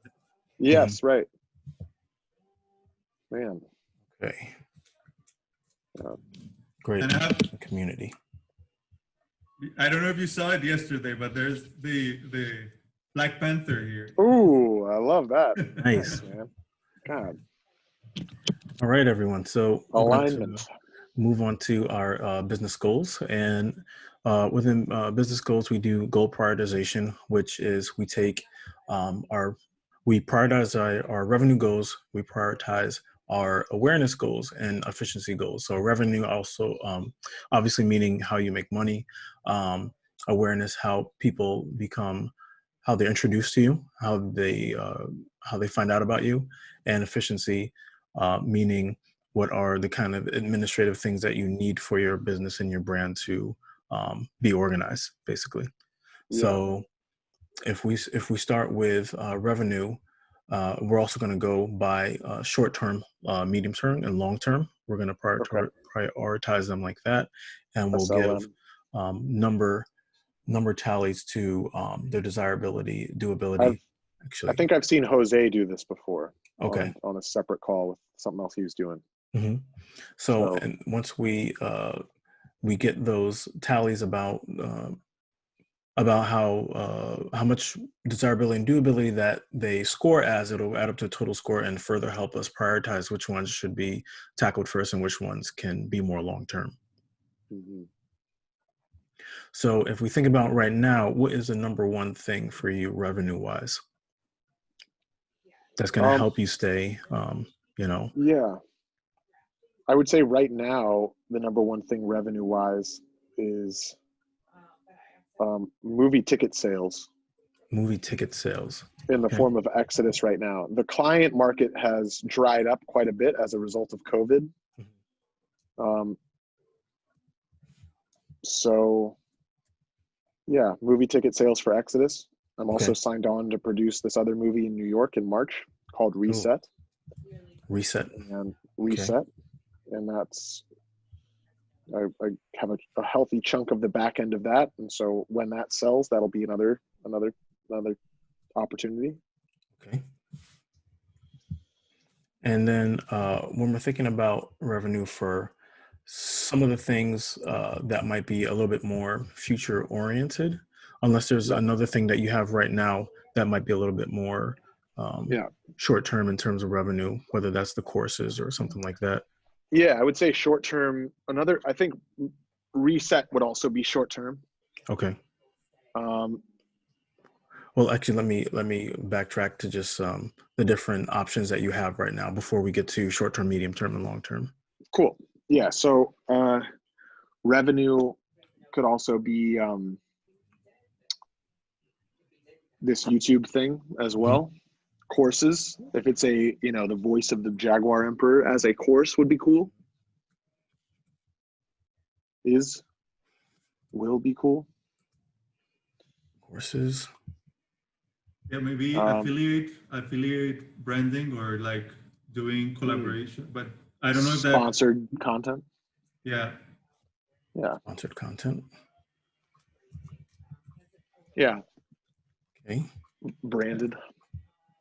The loots that you have, the loots for, for color grading and all this passive income thing. Yep. So passive income Yeah, products. passive filmmaking assets. Great. Passive filmmaking assets. Okay. Another thing on there could be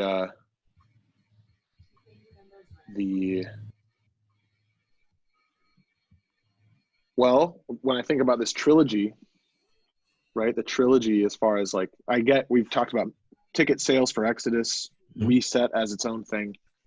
Would it work to just list out like future projects? Yeah, sure. I think that you can call that like your masterpiece, maybe. Okay. There's a trilogy. We've talked about it as a TV show, but it's looking like it's going to be a trilogy called Threads of Fate. Threads of Fate. Okay. So Threads of Fate. Actually, I'll leave that question for later. Okay, Threads of Fate.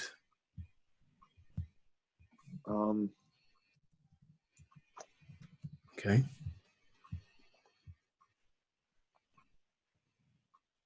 Is there anything else that you can think of to list out now, or are these the main things that are top of mind right now? Or maybe CK as well. I don't know if he has any awareness on this, and if you want him to help you out, give you some prompts. Yeah? If CK has any ideas or places to look from for this question about what brings in revenue. I'm not present to it right now, so. Cool. Yeah, no problem. Okay, so if we go with this for now, just and we can stop if we think of some other things, but go to desirability. Music videos. Music videos would be the last one, and that's an ongoing thing. Yeah. Great. Yeah, that would be like more freelance work, no? Like more or freelance gigs, right? Freelance, like when I think about freelance just like, I mean, like I could freelance produce a movie or freelance direct. Freelance directing actually would be a thing. Okay. Freelance directing. Yeah. Okay. Desirability is up there for sure.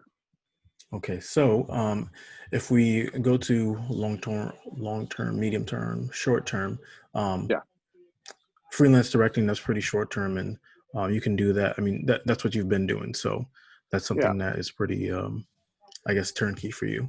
Right. One thing, also, I think I would put YouTube channel under awareness right now, because it will take you longer to just like generate revenue there. So that's true. Yeah. So let me take that, and I'm just going to go here real quick before I forget to put it in there. Perfect. And then we'll go back here. Okay, so music videos, long-term, medium-term, short-term. I mean, you're doing that already, right? So, Music videos would be another short-term thing. okay.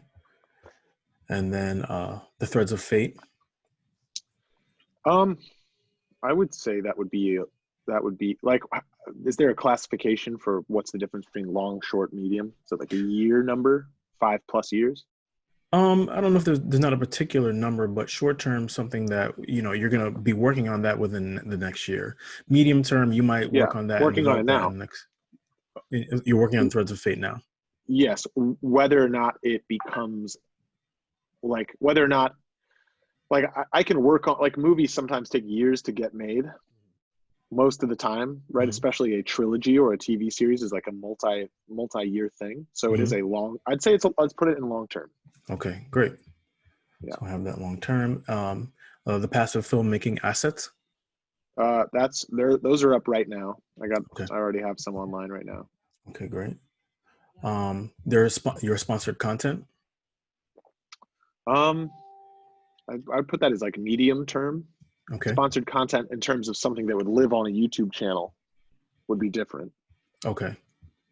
But it is possible that you would do sponsored content that may be for YouTube, but it could be for something else, correct? Yeah, like freelance directing technically, like would be they're paying me to direct something for a brand. Okay. Or music video or something. Okay, so we'll leave that at a medium. The Jaguar courses, I'm assuming that would be more long term. I think it could be a short term thing. Short term. Oh, okay. I mean, as far as it being like, I could start making courses like immediately. Okay, that's great. Yeah, that's great. Okay. Yeah. That I don't need that there. Signed on to do movie reset. So would you consider that short term or medium term? I would say that's going to be a short term thing. Okay. I had a call before this call about that. Okay, great. And then the movie ticket sales for Exodus, that's short term as well, right? That's, delivering that today. Okay. All right, great. So for desirability that's pretty high. That's going to be, that's basically going to be a 10 for desirability. And then the doability is 10 because, it's basically done, right? The movie is complete. Yep. And then signed on to do reset. Desirability, I'm going to say is a 10, correct? Yeah. Since you're signed on to do it. Yep. And then doability, how would you mark that 1 to 10? I'd say like an 8. Great. Okay. The Jaguar Emperor courses. It's interesting because, so the desirability, this is internal desirability from me, right? Mm-hmm. Yes. Yeah, I would say a 10. I don't know what it looks like yet, but like. Okay. Yeah. And the doability? Doability would be also an 8. Okay. So when we're thinking about how we're numbering these, I think a good thing in terms of doability is thinking, right now or in the near future, how much capacity will you have for it? So certain ones you might have more capacity for sooner than other ones where you might, because of how you're prioritizing things, it may take a little longer to get whatever elements you need together to actually do it. Yeah. So sponsored content, desirability. Sponsored content, 6. Okay. And the doability for sponsored content? 7. All right. And moving to... what? Doability is also a 6. Okay. Sounds good. And your passive filmmaking assets? 7. Okay. All right. And the doability? I'm also going to say a 7 for doability. Okay. And your Threads of Fate TV series? 10. All right. And the doability of that? 4. Oh wow, that's a big discrepancy. It's a beast. I don't know. Let's do 5. Let's call it 5. 5. Okay. Whoops. Sorry about that. My thing is going wacky here. Don't worry about the number. I'll fix that in a second. And your music videos? 10. That's a 10. And obviously doability would be a 10 too, because of that's something that you're doing. Freelance directing? Also a 10. Okay. And that doability would be a 10 too, because you're doing that right now, right? I am doing that right now. Okay. Well, right now, reset is kind of the main thing, actually. Okay. So maybe it makes sense to switch doability on reset, because I paused a little bit on that 10 for reset, because that's like the main priority.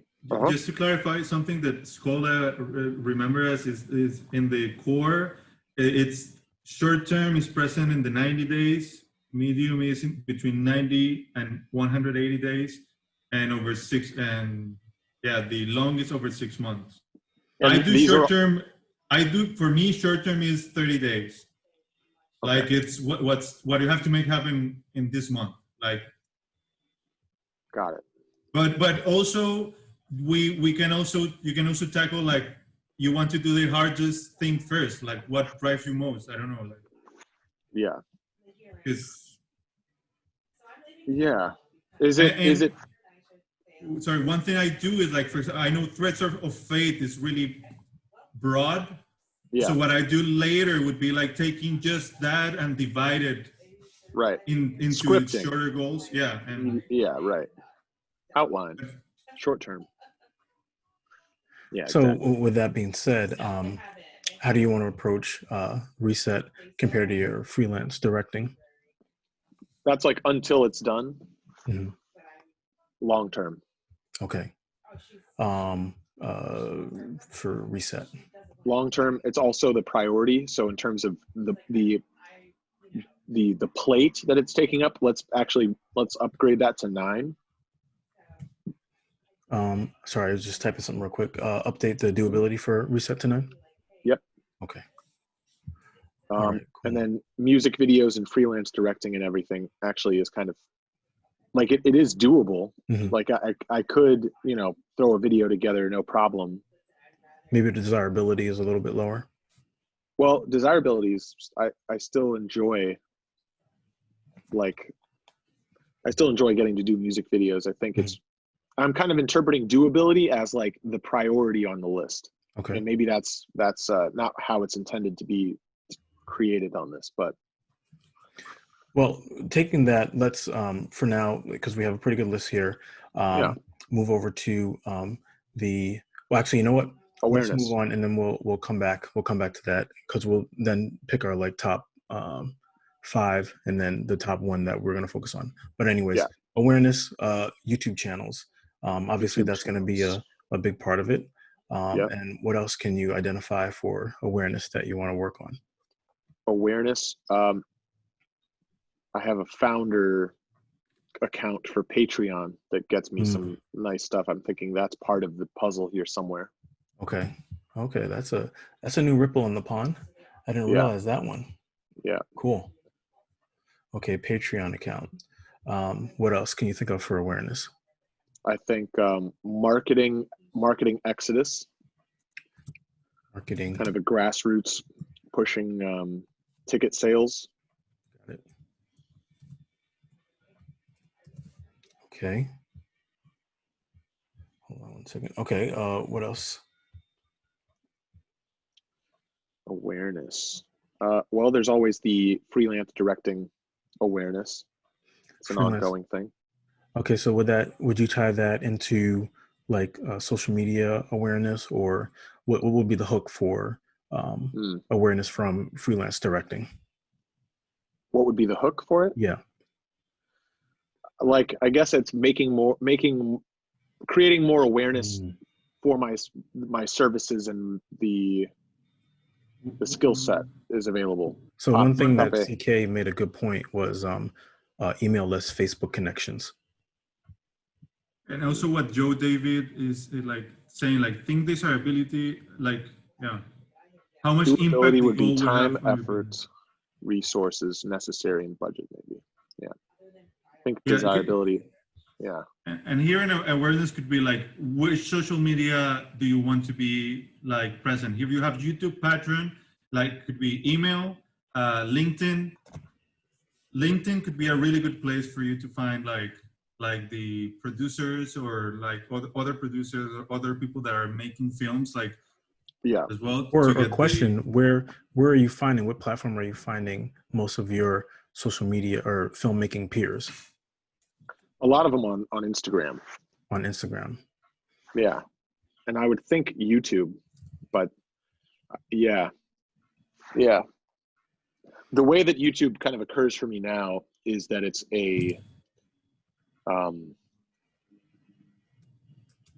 it's like there's only so many points I can put into any given platform. Mm-hmm. And it takes like 70 of what my 100 points to win on any platform. And I can win on any platform. Yeah. But I can't do like, I'm not going to put 20 in Instagram and 20 in YouTube and 20 in, LinkedIn and like spread it out. It's like, I'm going to hit it with the YouTube and like, let it be YouTube or, Well, that's the thing. If you're able to identify which platforms are number one, where your folks are, which one that you have the most traction on, that can help narrow down how many places that you need to post content. I mean, obviously there are platforms where you can post to multiple ones, but you still want to spend your time on the ones that actually bring the awareness and attention that you're looking for. My gut is saying YouTube, because it's native for video. You can generate revenue off of it, and it's a big enough platform that you can get everything from the low budget indie to like the really high quality music video to it's just a ever expanding thing. Okay. There's live, you can go live on there. You had mentioned Twitch before. Is that something, because I know Twitch is such a fast growing community, is that another outlet that you're planning to have your content on? Not really. Twitch isn't as viable of a thing as. Okay, that's great. Maybe it narrows is. It down.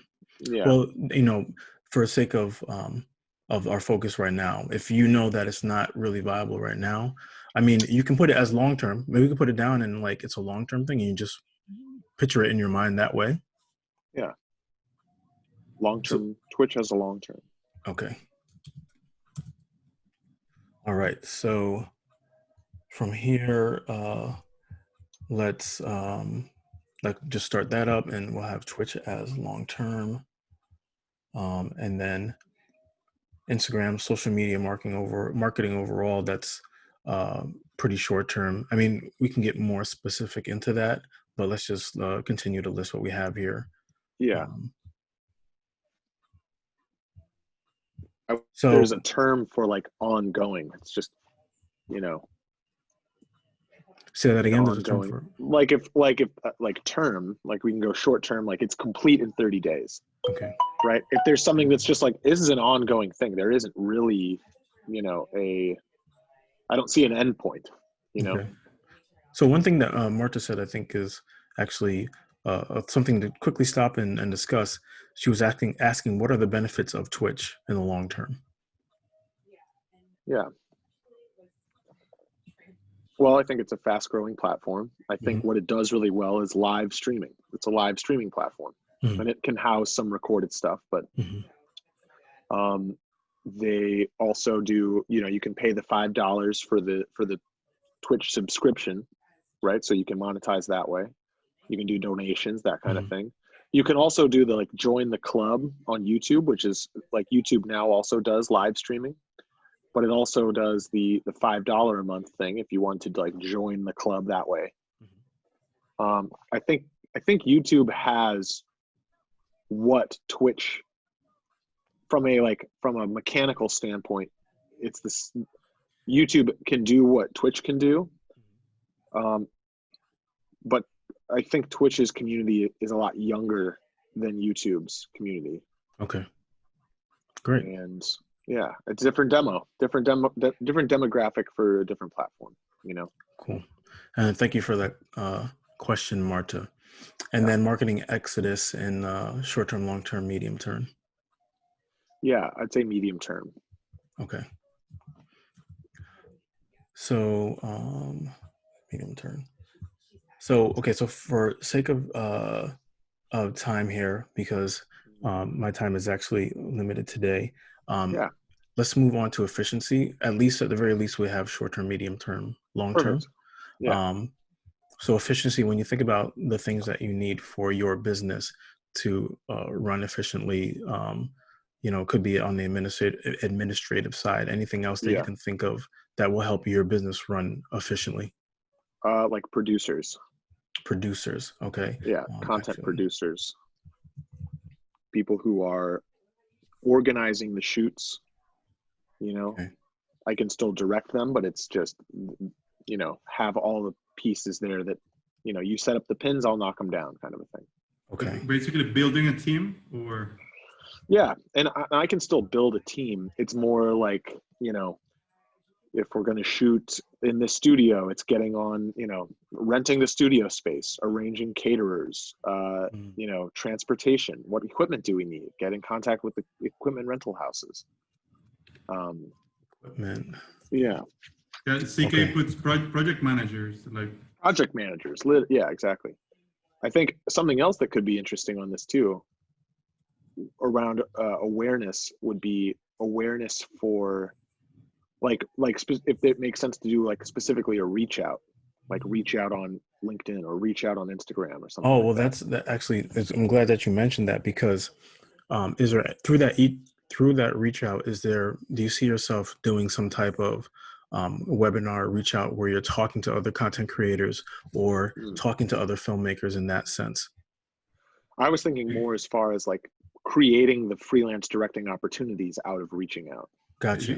You're looking for the gun for hire, and you will go to them and just Creating upward. Great. Okay, and quickly, will we describe that as long-term, short-term, medium-term? Creating opportunities for creators. I would say, well, creating opportunities, I mean, in this sense, it would be for myself. Mm-hmm. to freelance freelance directing opportunities. But that would be a short-term thing that could happen immediately. It's had posting again tomorrow, or today, I'd rather. Okay, so you would describe that as freelance filmmaking opportunities for other younger filmmakers, or I would for define yourself? it as creating freelance directing opportunities. Got it. For me. also For me and the team. One thing I would like to add is that also awareness is the circles, the social circles you're moving inside.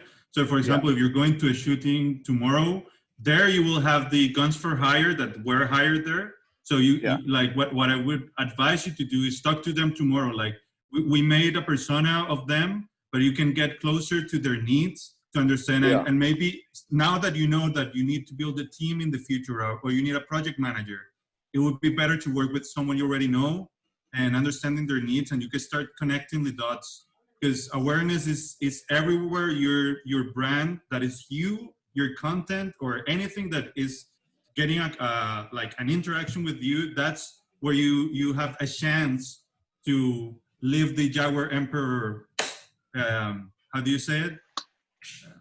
Energy? No, like when you step and you leave a footprint, yeah. I love that. So we were talking about the efficiencies, and we have the content producers, equipment rental, project managers. There were some other ones listed too, that I remember. You said food, catering. Yeah, catering. What else? I mean, I think you really need like a budget plan if you want to do YouTube, and you have to earn money some way. You would need to know a budget. How much money you have to be making now. How much time do you have left to create content and build your course? How much if you're creating in Shopify? I don't know, or I don't know where you have your web page. How much money is that? So Yeah. are there any website needs, or can you describe website needs that you, whether it's adding on to the website that you have now or creating another one that would be better at fulfilling your needs? Yeah, I could see like a content manager kind of a role where it's like, after it's edited, it's like making sure that it goes online, it's posted, the captions there, it links appropriately, all that kind of stuff. So for the content manager, would they be working on updating your site, or would that be another site? I think it would be like updating the site as well as like updating YouTube, making sure that that it's like tagged appropriately, that it's that everything's consistent across between YouTube and like Instagram. Like, if Patreon is a thing, then making sure that the Patreon content is updated in a timely way, that they get what they're signing up for. Yeah, I would say like overall, this is what is the brand strategy. Like it's overall, it would be like your social media strategy with your like that is social, be Instagram, email, YouTube, and your website, and maybe a blog if you want to know that. So like what I usually do after this is like you like I would simplify it to like awareness, website, Instagram, YouTube, and you mentioned podcast for the future, but and in efficiency would be like strategy, like overall strategy, like a 360 strategy for email, Instagram, YouTube, and yeah, you need a plan. You need to know how to strategize to make the steps. Like what, you need a website.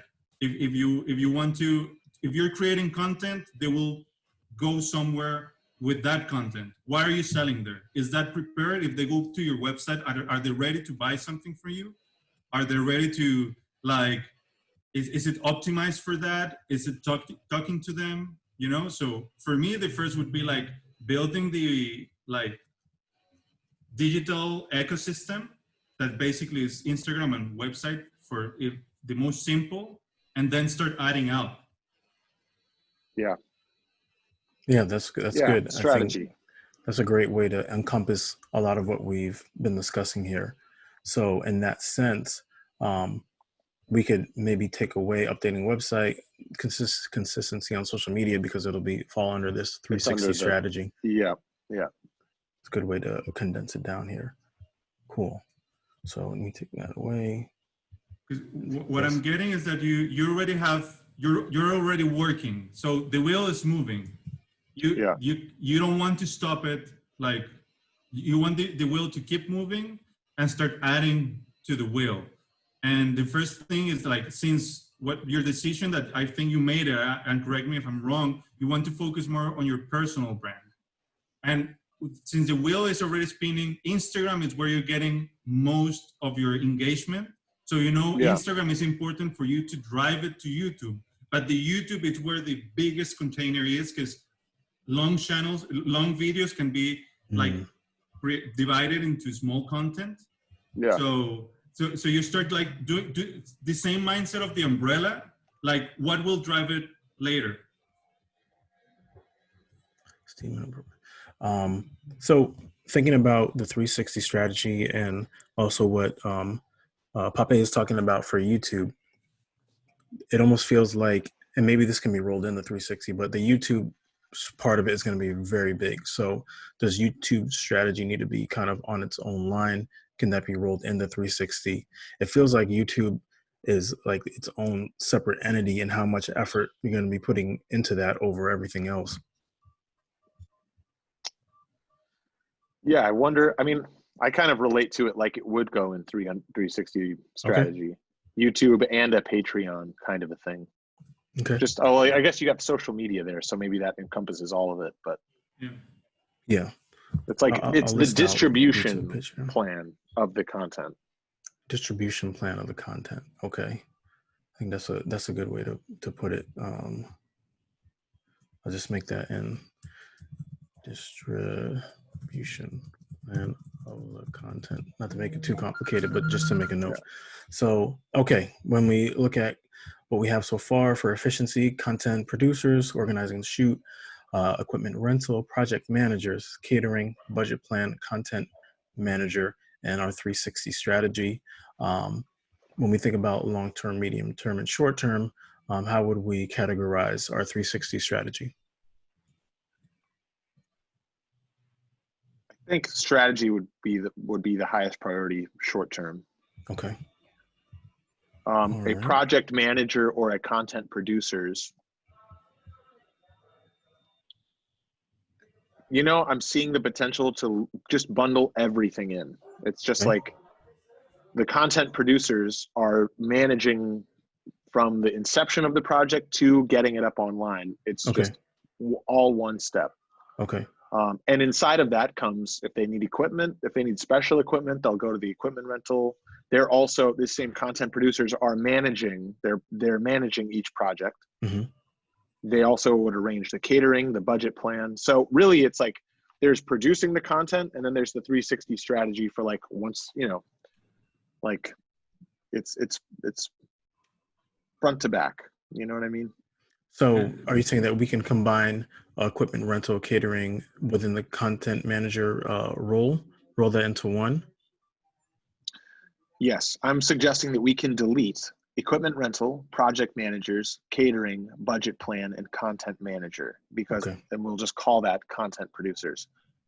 Okay, so I'll just make or delete everything. You can change content manager to distribution manager. Okay. Yeah, and just to answer quick to Marta, what I mean about a 360 strategy, I see it as a circle. So in some ways, creating like all your content is connected in a way that, like when someone starts following you in your Instagram, eventually they will arrive to your YouTube channel or your website, and then they can sign to your email, and with your email you can get them back to your YouTube and make them subscribe, and like it's like connecting the dots. How I do it is I focus always in the user needs. That for me is the glue of the strategy. Like here we choose where you want to focus the awareness, but what glues it all together, that is the connection, is the customer matrix, is the 360, is the circle. It's where you're moving and where you're giving value to make people like come to you and follow you, become your fan, ask you for work and all of that. So Papè, do you feel yeah, I think we shouldn't make it complicated with words. Distribution manager would be like the team. You need equipment, you need strategy, and in awareness you need a website. You need you will be working on Instagram and YouTube mainly, because that's where you're already working, before starting to add a new social media that you have to understand how it works before like adding to that. So if we start of course we want everything. We want LinkedIn, TikTok, all of that, but that's not realistic. That is not going to happen like in 1 month. No. So yeah, I mean, I think breaking it down to how, and that's a part of the reason I felt like YouTube is almost its own thing, because of how important it is. But within the 360 plan, I think we've been able to focus in a sense where we know what needs to be done next, and I think it's more targeted now that we've talked it out. Yeah. And Okay. also before the YouTube, I would have nailed down my email, web, branding, and Instagram. Oh, that's actually a good point. So so not to go super deep into that, but I think that's a good point. Logan has his branding for his own personal site and for Cinestone. With what you're trying to plan, can these things fit under the identity marks and branding for that you already have, or does something else need to be created? And then also for the new things that you also are going to that you're going to do creatively, what needs to be done for either your educational stuff, for your YouTube, for your email, for social media, that's going to be important as well. I'd like to think that it could live under there. I'll say like when I go back to the brand statement, I think that there's still room to align the marks to that. You know, maybe something I've been considering actually is maybe Cinestone isn't a thing.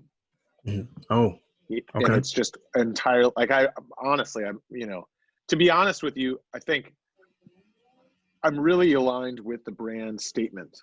And I think at this point, now it's like, I'd almost love to get others' opinions. And I also understand the time constraints for this call. Well, you know what? I think since we've had so much like ideation and so much progress that you know it can't be fit into 2 days. So maybe we can get one more session in, because I would hate to have this be the last one and we just haven't fully fleshed out what we're thinking about. So if we can wrap this one up and we can get back on email and try to find another day to wrap this up, I think that would be helpful. Also, Logan, if you want, I can chat with you like 15 minutes after this. And I'd love that. And show you something to give you a little bit of clarity. And then when we come here together, I'm up to have another 30-minute session to wrap this up and make it clearer, just to have like a better brief. Like, and I don't know if you're up to that, Cliff. Well, let's try to do one more session with everybody so we can kind of co-collaborate out in the open and show everybody the process, because I think that would be helpful. And if we could get another hour in, I think that would be good in terms of us getting ideas out and working through them intellectually and trying to come to more solutions, because we just touched on the design deliverable process. So I think we could even go deeper into that. And I think that would be a nice kind of bookend to what we've been doing. Mm-hmm. If you guys have the time for one more day. Yeah. I mean, I'll make the time here. I think it's really down to Papè and anybody else who I get between Cliff and Papè as the facilitators here. Absolutely welcome everyone that's been on the call. Really appreciate everybody's input, and I'll leave it in the hands of Cliff and Papè as far as when it works for y'all's schedule. Okay, great. So I can send out an email and try to get your guys' idea on schedule and timing. Yeah, I'm in. Like when I get into a project, I'm in the project. I don't like. Yeah. All right, man. That's great. Yeah. Great, thank man. you. All right, guys. It's been a great session, and we've had a lot of really great ideas that have been tossed around. I apologize that at the end we weren't able to get in questions and comments, but again, trying to respect everybody's time. So let's do this again soon. Let's do it. All right, Thank guys. you, everyone. And I'm down to stay on, Papè. I'm down to stay on. Yeah, Cliff, can you just like leave us here and we should. Okay. All right, guys. Cool. All right, because Thank you, everyone. you're still the host, Papè, so I think you should be able to. Okay. All right, man. Thanks a lot.